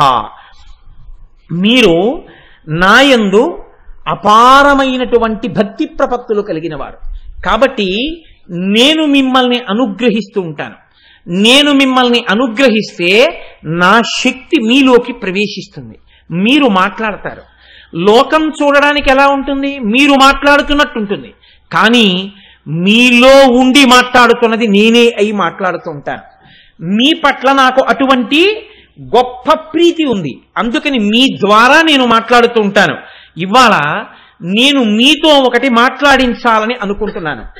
మీతోనే ఎందుకు మాట్లాడించాలనుకుంటున్నాను? ఇక్కడ మీరు ఒక విషయం గమనించవలసి ఉంటుంది. అందుకే పెద్దలు అమ్మవారి తత్వాన్ని అమ్మవారి అనుగ్రహంగా అనుభవించినటువంటి పెద్దలు ఉంటారు. వారు అందమైన మాట ఒకటి చెప్తారు. వాగ్దేవతలు వసిన్యాది వాగ్దేవతలు లలితా సహస్రనామ స్తోత్రం చెప్తే ఎవరి అనుగ్రహంతో చెప్పారు? అమ్మవారి అనుగ్రహంతో చెప్పారు. కాబట్టి పరోక్షంగా అది ఎవరు చెప్పినట్టు? అమ్మవారే చెప్పినట్టు. వ్యాసుడు లలితా సహస్రనామ స్తోత్రాన్ని బ్రహ్మాండ పురాణంలోకి తీసుకొచ్చిస్తే ఎవరి అనుగ్రహంతో ఇచ్చినట్టు? అమ్మవారి అనుగ్రహంతో ఇచ్చినట్టు. ఇవాళ మీరు నేను అందరం కలిసి ఒక స్తోత్రం చదివితే ఎవరి అనుగ్రహం ప్రసరించిందని గుర్తు? అమ్మవారి అనుగ్రహం ప్రసరించిందని గుర్తు. లేకపోతే కూర్చోరు, చదవలేరు మీరు. అలాగే శంకరాచార్యులు వారు సౌందర్యలహరి రచన చేస్తే ఎవరి అనుగ్రహం ప్రసరించిందని గుర్తు? అమ్మవారిదే. కాబట్టే శంకరాచార్యులు వారు సౌందర్యలహరంతా చేసి చిట్ట చివరో మాట చెప్పారు.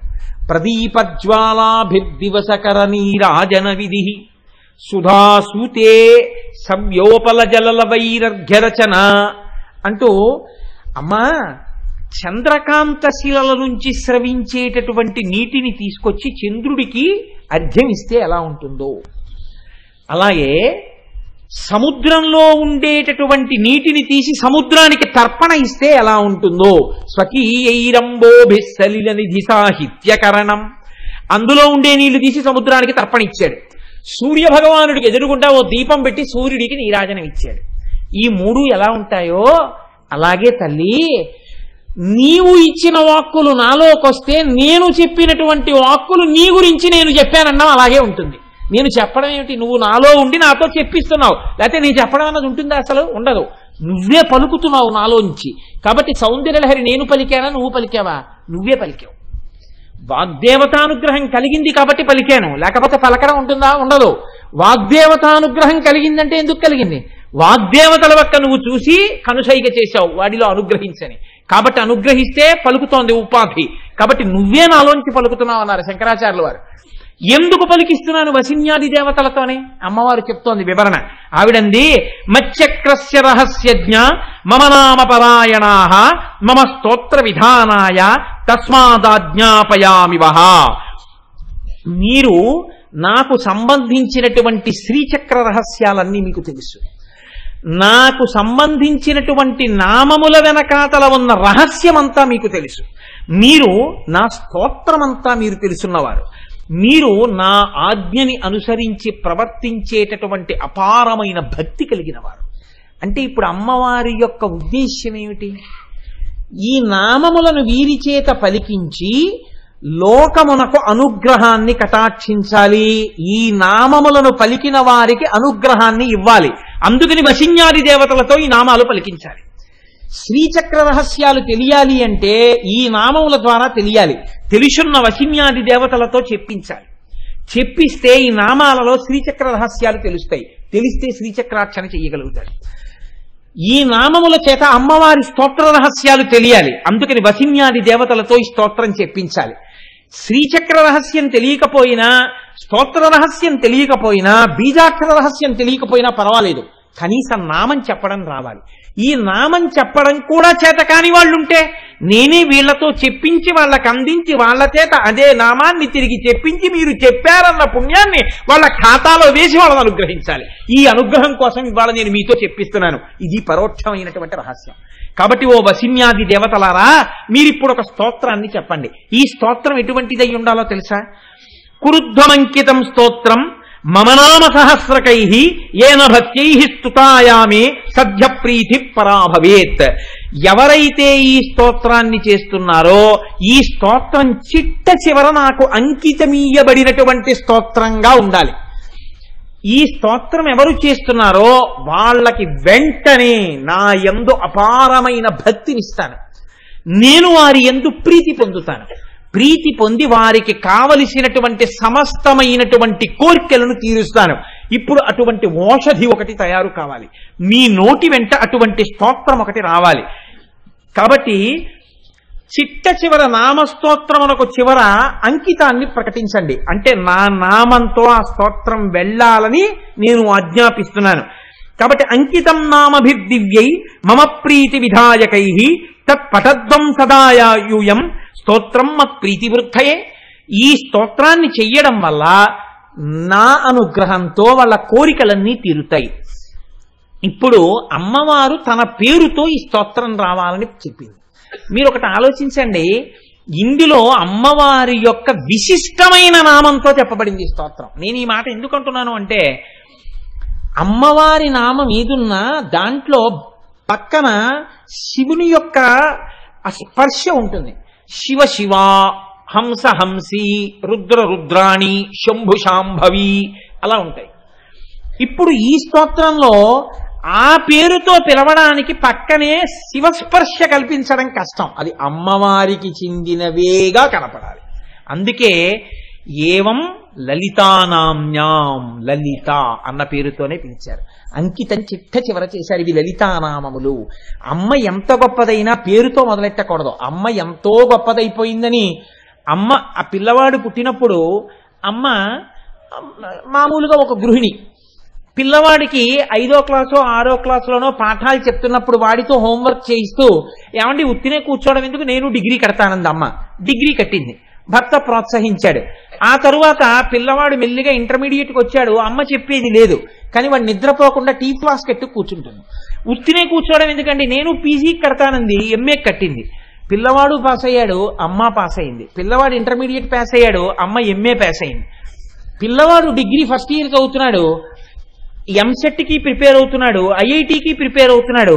వీడితో సమానంగా నేను ఉత్తినే కూర్చోవడం ఎందుకంటే సివిల్స్కి ప్రిపేర్ అవుతానంది. అమ్మ గ్రూప్ 1కి సెలెక్ట్ అయింది, సివిల్స్కి ప్రిపేర్ అయ్యి. అమ్మకి డైరెక్ట్గా ఆర్డీఓ ఇచ్చారు. పిల్లవాడు ఇంజనీరింగ్లో జాయిన్ అయ్యాడు. వీడు ఒక 5 సంవత్సరాల్లో ఇంజనీర్ అయ్యాడు. ఈలోగా అమ్మకి ఐఏఎస్ కన్ఫర్ చేశారు. ఈ పిల్లవాడు 5 ఏళ్లు చేసి ఒక మిడిల్ లైన్ మేనేజర్ అయ్యాడు. ఈలోగా అమ్మ సీనియర్ ఐఏఎస్ ఆఫీసర్ అయింది. అమ్మ సీనియర్ ఆఫీసర్ అయిపోయి ఇప్పుడు secretary to government of Andhra Pradesh అయింది, ఏదో ఒక డిపార్ట్మెంట్కి. వీడు వెళ్ళి అమ్మ ఛాంబర్లోకి వెళ్ళి, అమ్మ గదిలోకి వెళ్ళి అందరూ అధికారులు ఎలా లేచి నిలబడతారో అలా వీడు కూడా అమ్మ దగ్గర నిలబడి, అదేంటి ఓ అగ్రికల్చరల్ సెక్రటరీ గారు మీతో మాట్లాడడానికి వచ్చాను మేడం గారు అన్నాడు అనుకోండి. అమ్మ అంటుంది వెంటనే కళ్ళజోడు తీసి పక్కన పెట్టి, ఏమిట్రా పిచ్చి మాటలో, మేడం ఏమిటి, అంటే అగ్రికల్చరల్ సెక్రటరీ ఏంటి, అలా నువ్వు ఎప్పుడు అనకు, అలా అనకూడదు, తప్పు. నేను ఎప్పుడు నీకు అమ్మనే, అమ్మ అని పిలు. అమ్మని పట్టుకుని అమ్మ ఎంత గొప్పదైనా మేడం అని కొడుకు అన్నాడు అనుకోండి, అమ్మ చిన్నబుచ్చుకుంటుంది. అందుకే ఆవిడ లలితాదేవియే కావచ్చు. ఆ మాట అనడానికి వసిన్యాది దేవతలు సాహసించలేదు. ముందు శ్రీమాత అమ్మే, బిడ్డలకే అమ్మతనమే. నేను శ్రీమాత అంటూ మొదలెట్టారు, కానీ స్వరూపమే వరిది. ఏవం లలితాదేవ్యాం నామ్నాం సహస్రకంజగు. అందుకని నా పేరుతో అంకితం అంది కాబట్టి లలితాదేవి యొక్క నామములు అని చిట్ట చివర పూర్తి చేశారు. ఇక్కడ మీరు ఒక విషయాన్ని గమనించండి. తల్లి ఏమంటోంది, ఈ నామములను చదివినటువంటి వారికి నేను సమస్తము ఈడేరుస్తాను అంటోంది. సమస్తము ఈడేరుస్తాను అన్నప్పుడు ఇక్కడ ఒక ప్రతిబంధకం రాదా? ఎందుకు రాదు? ఎందుకండి మీకు అనుమానం అడగచ్చు. యత్రాస్తి భోగో నహితత్ర మోక్ష, యత్రాస్తి మోక్షో నహితత్ర భోగ. ఎక్కడైతే భోగం ఉంటుందో అక్కడ మోక్షం ఉండదు, ఎక్కడ మోక్షం ఉంటుందో అక్కడ భోగం ఉండదు. మోక్షార్థి అయ్యున్నటువంటి వాడికి భోగంతో సంబంధం ఉండదు. వాడు అన్ని విడిచిపెట్టేసి భగవంతుణ్ణి మాత్రమే నమ్ముకుని బతుకుతాడు. ఎక్కడ భోగమునకు లంపటంతో ఉంటాడో వాడికి మోక్షం వైపుకి అడుగు పడదు. కాబట్టి అన్నీ ఇస్తానన్నప్పుడు ఇక్కడ భోగము ఇస్తే, ఇక్కడ సంపదలు ఇస్తే, ఇక్కడ సుఖాలు ఇస్తే ఇక మోక్షం ఎలా వస్తుంది? దానికి ఇది ప్రతిబంధకం కదా. మోక్షమే ఇస్తే మనం అన్నీ విడిచిపెట్టేసి భగవంతుడి యందే భక్తితో ఉండాలంటే ఇహమనందు భోగములు ఉండవు కదా. మరి ఇలా ఎలా కుదురుతుంది అంటే శ్రీ సుందరీ సేవన తత్పరాణం భోగశ్చ మోక్షశ్చ కరస్తయేవా. అమ్మవారి దగ్గరున్న గొప్పతనం ఏమిటంటే అమ్మవారిని సేవించిన వాళ్ళకి ఇహమునందు భోగములుంటాయి, మోక్షము కూడా కలుగుతుంది. అలా ఎలా కలుగుతుందండి అంటారేమో. పురుషార్థ సమన్వయం అమ్మవారిని నేర్పుతుంది అన్నారు.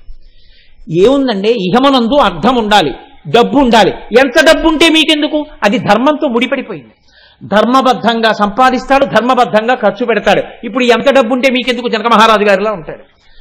కామము, ధర్మబద్ధమైన కామమును అనుభవిస్తాడు. ఆయన కామం గురించి మీకెందుకు? ఆయన కామం ధర్మబద్ధం. ఇప్పుడు దాంతో గొడవ లేదు. ధర్మబద్ధమైన అర్థము, ధర్మబద్ధమైన కామము దేనికెడతాయి? మోక్షమును కలిపోతాయి. చతుర్విధ పురుషార్థాల్లో మీరు రోజు ధర్మార్థ కామ మోక్ష చతుర్విధ పురుషార్థ బల సిద్ధ్యర్థం అని అడుగుతున్నారు కదా. ఇప్పుడు ధర్మముతో అర్థము, ధర్మముతో కామము ముడి పడకపోవడం వల్ల మీరు ఇబ్బంది పడుతున్నారు. ధర్మముతో అర్థాన్ని, ధర్మంతో కామాన్ని అమ్మవారు ముడేస్తారంటోంది నామాలు చదివితే. ఇప్పుడు మీకు బాధ ఏమిటి? సమన్వయం చేసే శక్తి ఆవిడ పుచ్చుకుంది. ఇప్పుడు మీరు ఆవిడ చేతిలో ఉపకరణం అయ్యారు. ఎవడు రోజు లలితా సహస్రనామ స్తోత్రం చదువుకుంటున్నాడో వాడికి ఇహమునందు సమస్త భోగములు కలుగుతాయి. ఆఖరణ హాయిగా మోక్షాన్ని పొందుతాడు. అలా ఎలా పొందుతాడండి? రెండు ఒకదానికొకటి ప్రతిబంధకం కదా. నీకెందుకు ఆ బాధ? అమ్మవారు సమన్వయం చేస్తుంది ధర్మంతో అర్థాన్ని కామాన్ని, మోక్షాన్ని పొందుతావు. నీకేమిటి బెంగ? అందుకే లలితా సహస్రనామ స్తోత్రమునందు ఒక గమ్మత్తు ఉంటుంది. మీరు ఎప్పుడైనా గమనించారో లేదో, లలితా సహస్రంలో ఇన్ని ఆవిడ ఎలా ఇవ్వగలదండి? పరబ్రహ్మం కాబట్టి ఇవ్వగలదా? నీకేమిటి బెంగ? ఆవిడ పరబ్రహ్మం కాబట్టి ఆవిడ అన్ని ఇవ్వగలదు. పరబ్రహ్మం అని ఎక్కడుంది? వసిన్యాది దేవతలు చేసినటువంటి స్తోత్రంలో ఉంది. చూడండి, పరబ్రహ్మముని గుర్తుపట్టడానికి ఆవిడ పేర్లు కొన్ని నేను మీకు విజ్ఞాపన చేస్తాను. నిష్కారణ, నిరుపాధి, నిరాశ్రయ, నిర్వికార, నిర్వికల్ప, నిర్భవ, తత్పదలక్ష్యార్థ, ప్రజ్ఞానఘన రూపిణి.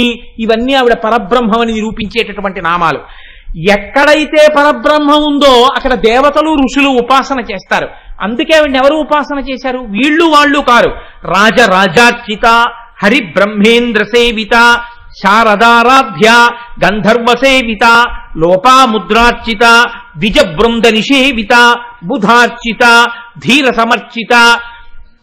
పండితులు, దేవతలు, బ్రహ్మ, విష్ణువు, ఇంద్రుడు, శారద, ఆవిణ్ణి సేవించనటువంటి వాళ్ళు లేరు.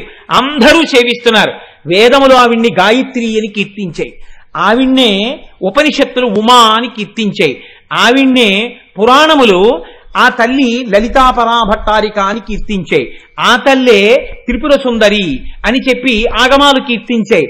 ఆ తల్లే పెద్దింటమ్మ, పేరంటాలమ్మ, మరిడమ్మ, మహాలక్ష్మమ్మ, పేరంటాలమ్మ అని పేర్లు పెట్టి ఏమీ తెలియనటువంటి జానపదులు కీర్తించారు. ఎవరు ఎలా కీర్తించినా అమ్మని కీర్తించకుండా లోకం ఉందా? ఆ తల్లిని కీర్తిస్తూనే ఉన్నారు. కనుకనే అందరూ ఆవిడ్ని కీర్తించిన వాళ్లే. ఆవిడ్ని కీర్తిస్తే కేవలము ఇహమనందు సుఖమేనా? కొన్ని కోట్ల జన్మల నుంచి వచ్చినటువంటి పాపములు ఏమైనా ఉంటే అవి పోయి ఉత్తర జన్మలు మంచివి కలిగే అవకాశం ఉందా? ఉత్తర జన్మల్ని కూడా ఆవిడ దిద్దుబాటు చేయగలదు. గత జన్మలలో వచ్చినటువంటి పాప రాశినంతటిని ధ్వంసం చెయ్యగలదు. ఎక్కడుంది? మృత్యుమధని, విఘ్ననాశిని, కలికల్మషనాశిని, పాపనాశిని, భవనాశిని, భేదనాశిని, జ్ఞానద. ఇవన్నీ అమ్మవారు ఎన్ని జన్మల నుంచో వచ్చినటువంటి పాపములను కడగగలదు అని నిరూపించగలిగినటువంటి నామాలు. ఆ తల్లి అయితే ఇహమునందు మాకేమీ సుఖాలు ఉండవా అండి? లలితా సహస్రనామం చేస్తే ఇక్కడేం భోగాలు ఉండవా? ఉంటాయి. ఎలా ఉంటాయి? సుఖప్రద, సద్గతిప్రద, సౌభాగ్యదాయిని, అనుగ్రహద, వరద, రాజ్యదాయిని, ప్రాణద, సర్వార్థదాత్రి. ఇంకింతకన్నా మీకు రుజువేమిటి? ఇంత గొప్ప నామాలు. ఇప్పుడు ఆ అమ్మతనంలో, ఆ పరబ్రహ్మంలో స్త్రీయా, పురుషుడా, నపుంసకుడా? స్త్రీ అని మీరు అనుకుంటే శ్రీమాత, ఆవిడ పురుషుడు అనుకుంటే గుణనిధి, ఆవిడ నపుంసక నామం అనుకుంటే పరంజ్యోతి. అందుకే స్త్రీనామాలు, పురుషనామాలు, నపుంసక నామాలు కూడా అందులో ఉంటాయి. పరబ్రహ్మం స్త్రీయా, పురుషుడా, నపుంసకుడా?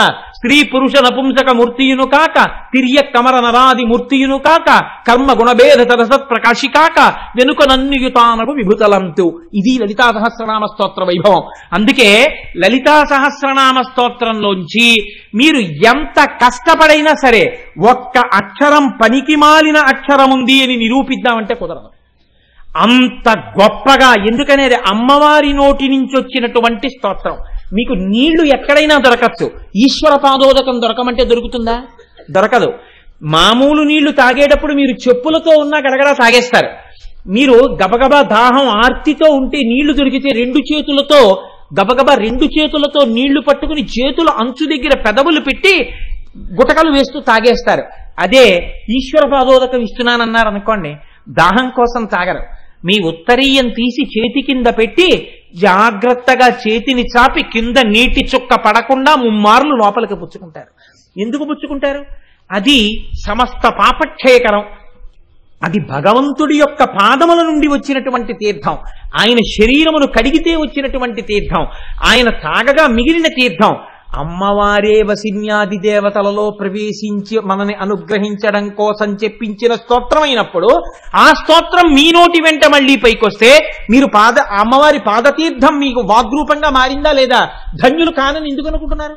ఉత్తరక్షణం ధన్యత పొందడానికి అమ్మ అనుగ్రహించినటువంటి అమృత భాండమే లలితా సహస్రనామ స్తోత్రం. అందుకే లలితా సహస్రనామ స్తోత్రము 182.5 శ్లోకములలో నామములుగా చెప్పబడితే అందులో ఒక గొప్ప గమ్మత్తు చేశారు అన్నారు పెద్దలు. అందులో మళ్ళీ 9 లహరులను నడిపించారు. లావణ్యలహరి, వైభవలహరి, భావనాలహరి, ఆనందలహరి, చైతన్యలహరి, సాలోక్యలహరి, సామీప్యలహరి, సారూప్యలహరి, సాయుజ్యలహరి అని 9 లహరులు. ఒక్కొక్క లహరి 20 శ్లోకాలతో ఉంటుంది ఇంచుమించుగా. 9 20లు 180 శ్లోకాలుగా 9 లహరులు పెడతాయి. ఇందులో లహరి అంటే కెరటం, ప్రవాహం. ఇందులో మీరు మునక వేస్తే అమృతత్వాన్ని పొందుతారు. 9 లహరులతో కూడినటువంటి నామసహస్రం లోకంలో లలితా సహస్రం ఒక్కటే. 9 లహరులు, 9 కెరటాలు అందులో ప్రవహిస్తున్నాయి. అందుకే శతక వ్యాఖ్యానంగా కూడా పెద్దలు చేశారు లలితా సహస్రాన్ని.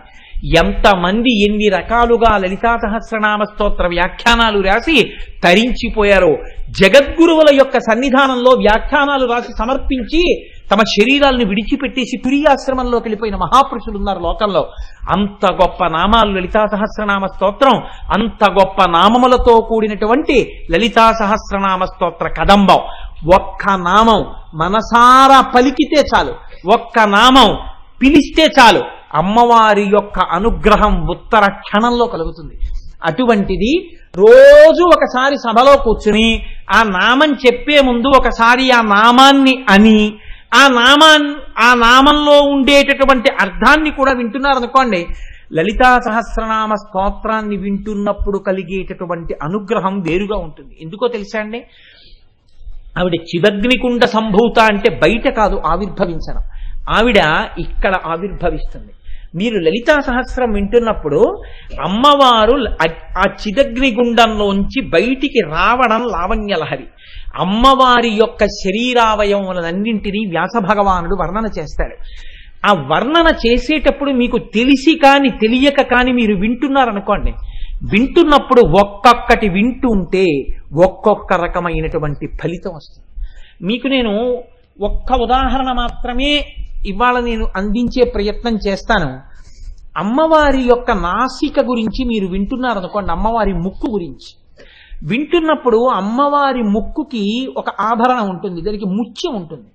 ఆ ముత్యం లోపలి భాగంలో ఉండి అమ్మవారు ఊపిరి తీసి విడిచిపెడుతున్నప్పుడు ఆ ముత్యం పైకొచ్చి లోపలికెడుతుంది. ఆ నామానికి వ్యాఖ్యానం వింటుండగా ఎవరికైనా హఠాత్తుగా ఒక్కసారి మనస్సులో అమ్మవారి ముక్కులోంచి బయటికొచ్చి లోపలికి వెడుతున్న ముత్యం దర్శనం అయిందనుకోండి, ఆ వంశంలో మళ్ళీ ఇంకొక శంకర భగవత్పాదులు జన్మిస్తారు. అంతటి మహాపురుషుడు, లోకానికంతటికి బోధ చెయ్యగలిగినటువంటి జగద్గురువు దేనివల్ల పుడతాడు అంటే అమ్మవారి యొక్క నాసాభరణం గురించి వింటే.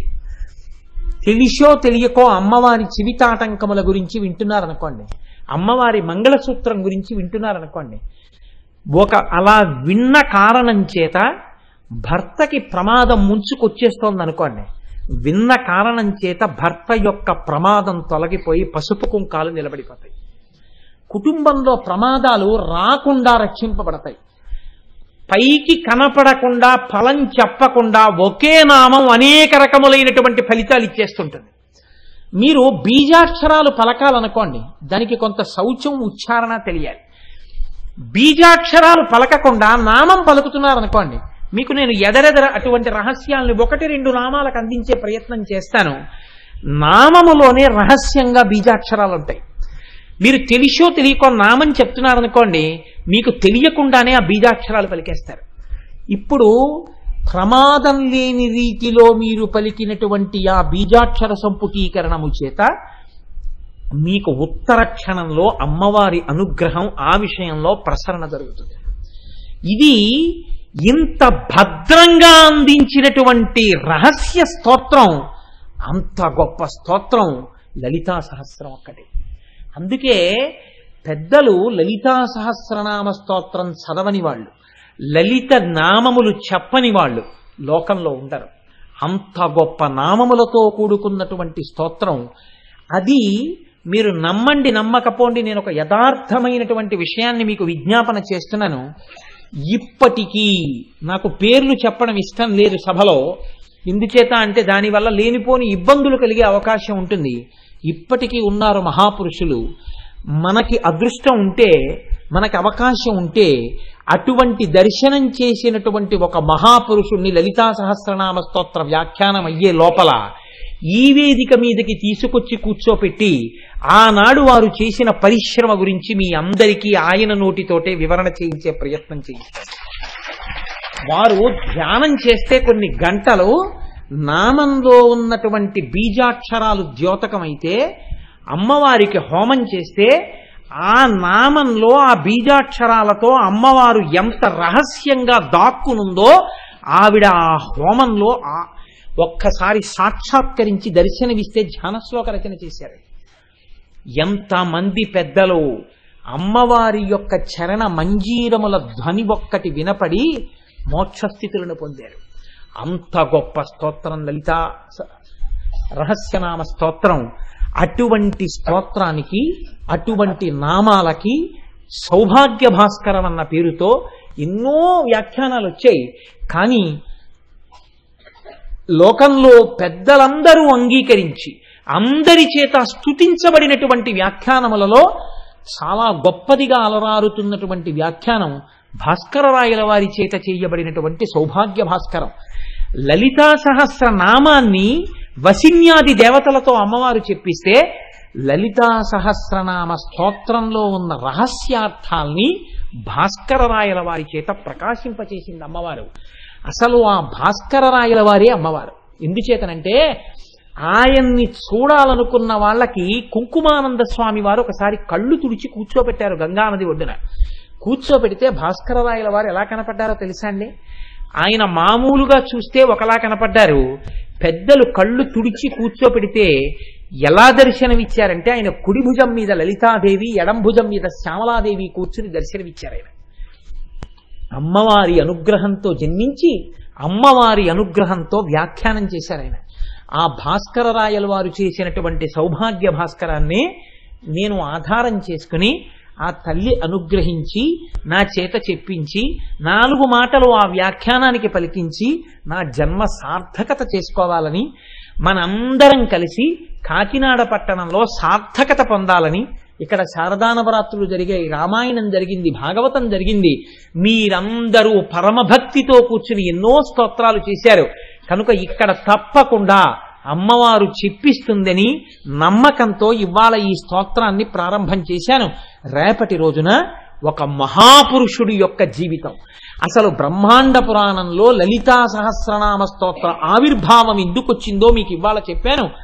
అది నేను కేవలం చాలా సంగ్రహంగా మాత్రమే వివరించాను. అదంతా చాలా పూర్ణంగా వివరణ చేయడం అంటే చాలా రోజులు పట్టేస్తుంది బ్రహ్మాండ పురాణం అని. రేపు భాస్కరరాయల వారి జీవితం, ఆయన యొక్క వైభవం గురించి ముందు ప్రస్తావన చేసి తదనంతరం లలితా సహస్రనామ స్తోత్రానికి ఉన్నటువంటి అందాన్ని, దాని వైభవాన్ని, అమ్మవారు ఎంత మేర మన చేత అనుభవింపచేస్తే అంత మేర అందుకునే ప్రయత్నాన్ని రేపటి రోజున ఒక్క నామాన్నైనా ప్రారంభం చేసే ప్రయత్నం చేస్తాను. ఈనాటి రాత్రి పౌర్ణమి కలిగినటువంటి రాత్రి, అమ్మవారి యొక్క అనుగ్రహం పరిపూర్ణంగా ప్రకాశించేటటువంటి రాత్రి. అందున పుష్యమాసంలో వచ్చినటువంటి పౌర్ణమి నాటి రాత్రి. అందుకని ఈనాడు లలితా సహస్రనామ స్తోత్ర వ్యాఖ్యానం మొదలు పెడదామని యథార్థమునకు నిన్నటి వరకు నేను విశేషమైన ఒత్తిడిలో ఉన్నా, ఇంకొద్ది రోజులు తీసుకుని ప్రారంభం చెయ్యవలసి వచ్చినా, ఇంత గొప్ప రోజు కనుక ఇవాళ ప్రారంభం చేస్తే నా జన్మ ధన్యత పొందుతుంది, విన్నవాళ్లు ధన్యులవుతారని ఇవాళ ప్రారంభం చేశాను. ఇవాళ సాయంకాలం, ప్రతిరోజు సాయంకాలం 6:30 అమ్మ పొంగిపోయేటట్టుగా అందరం కలిసి చక్కగా మీకు ఇచ్చిన స్తోత్రాలు ప్రతిరోజు తెచ్చుకోండి.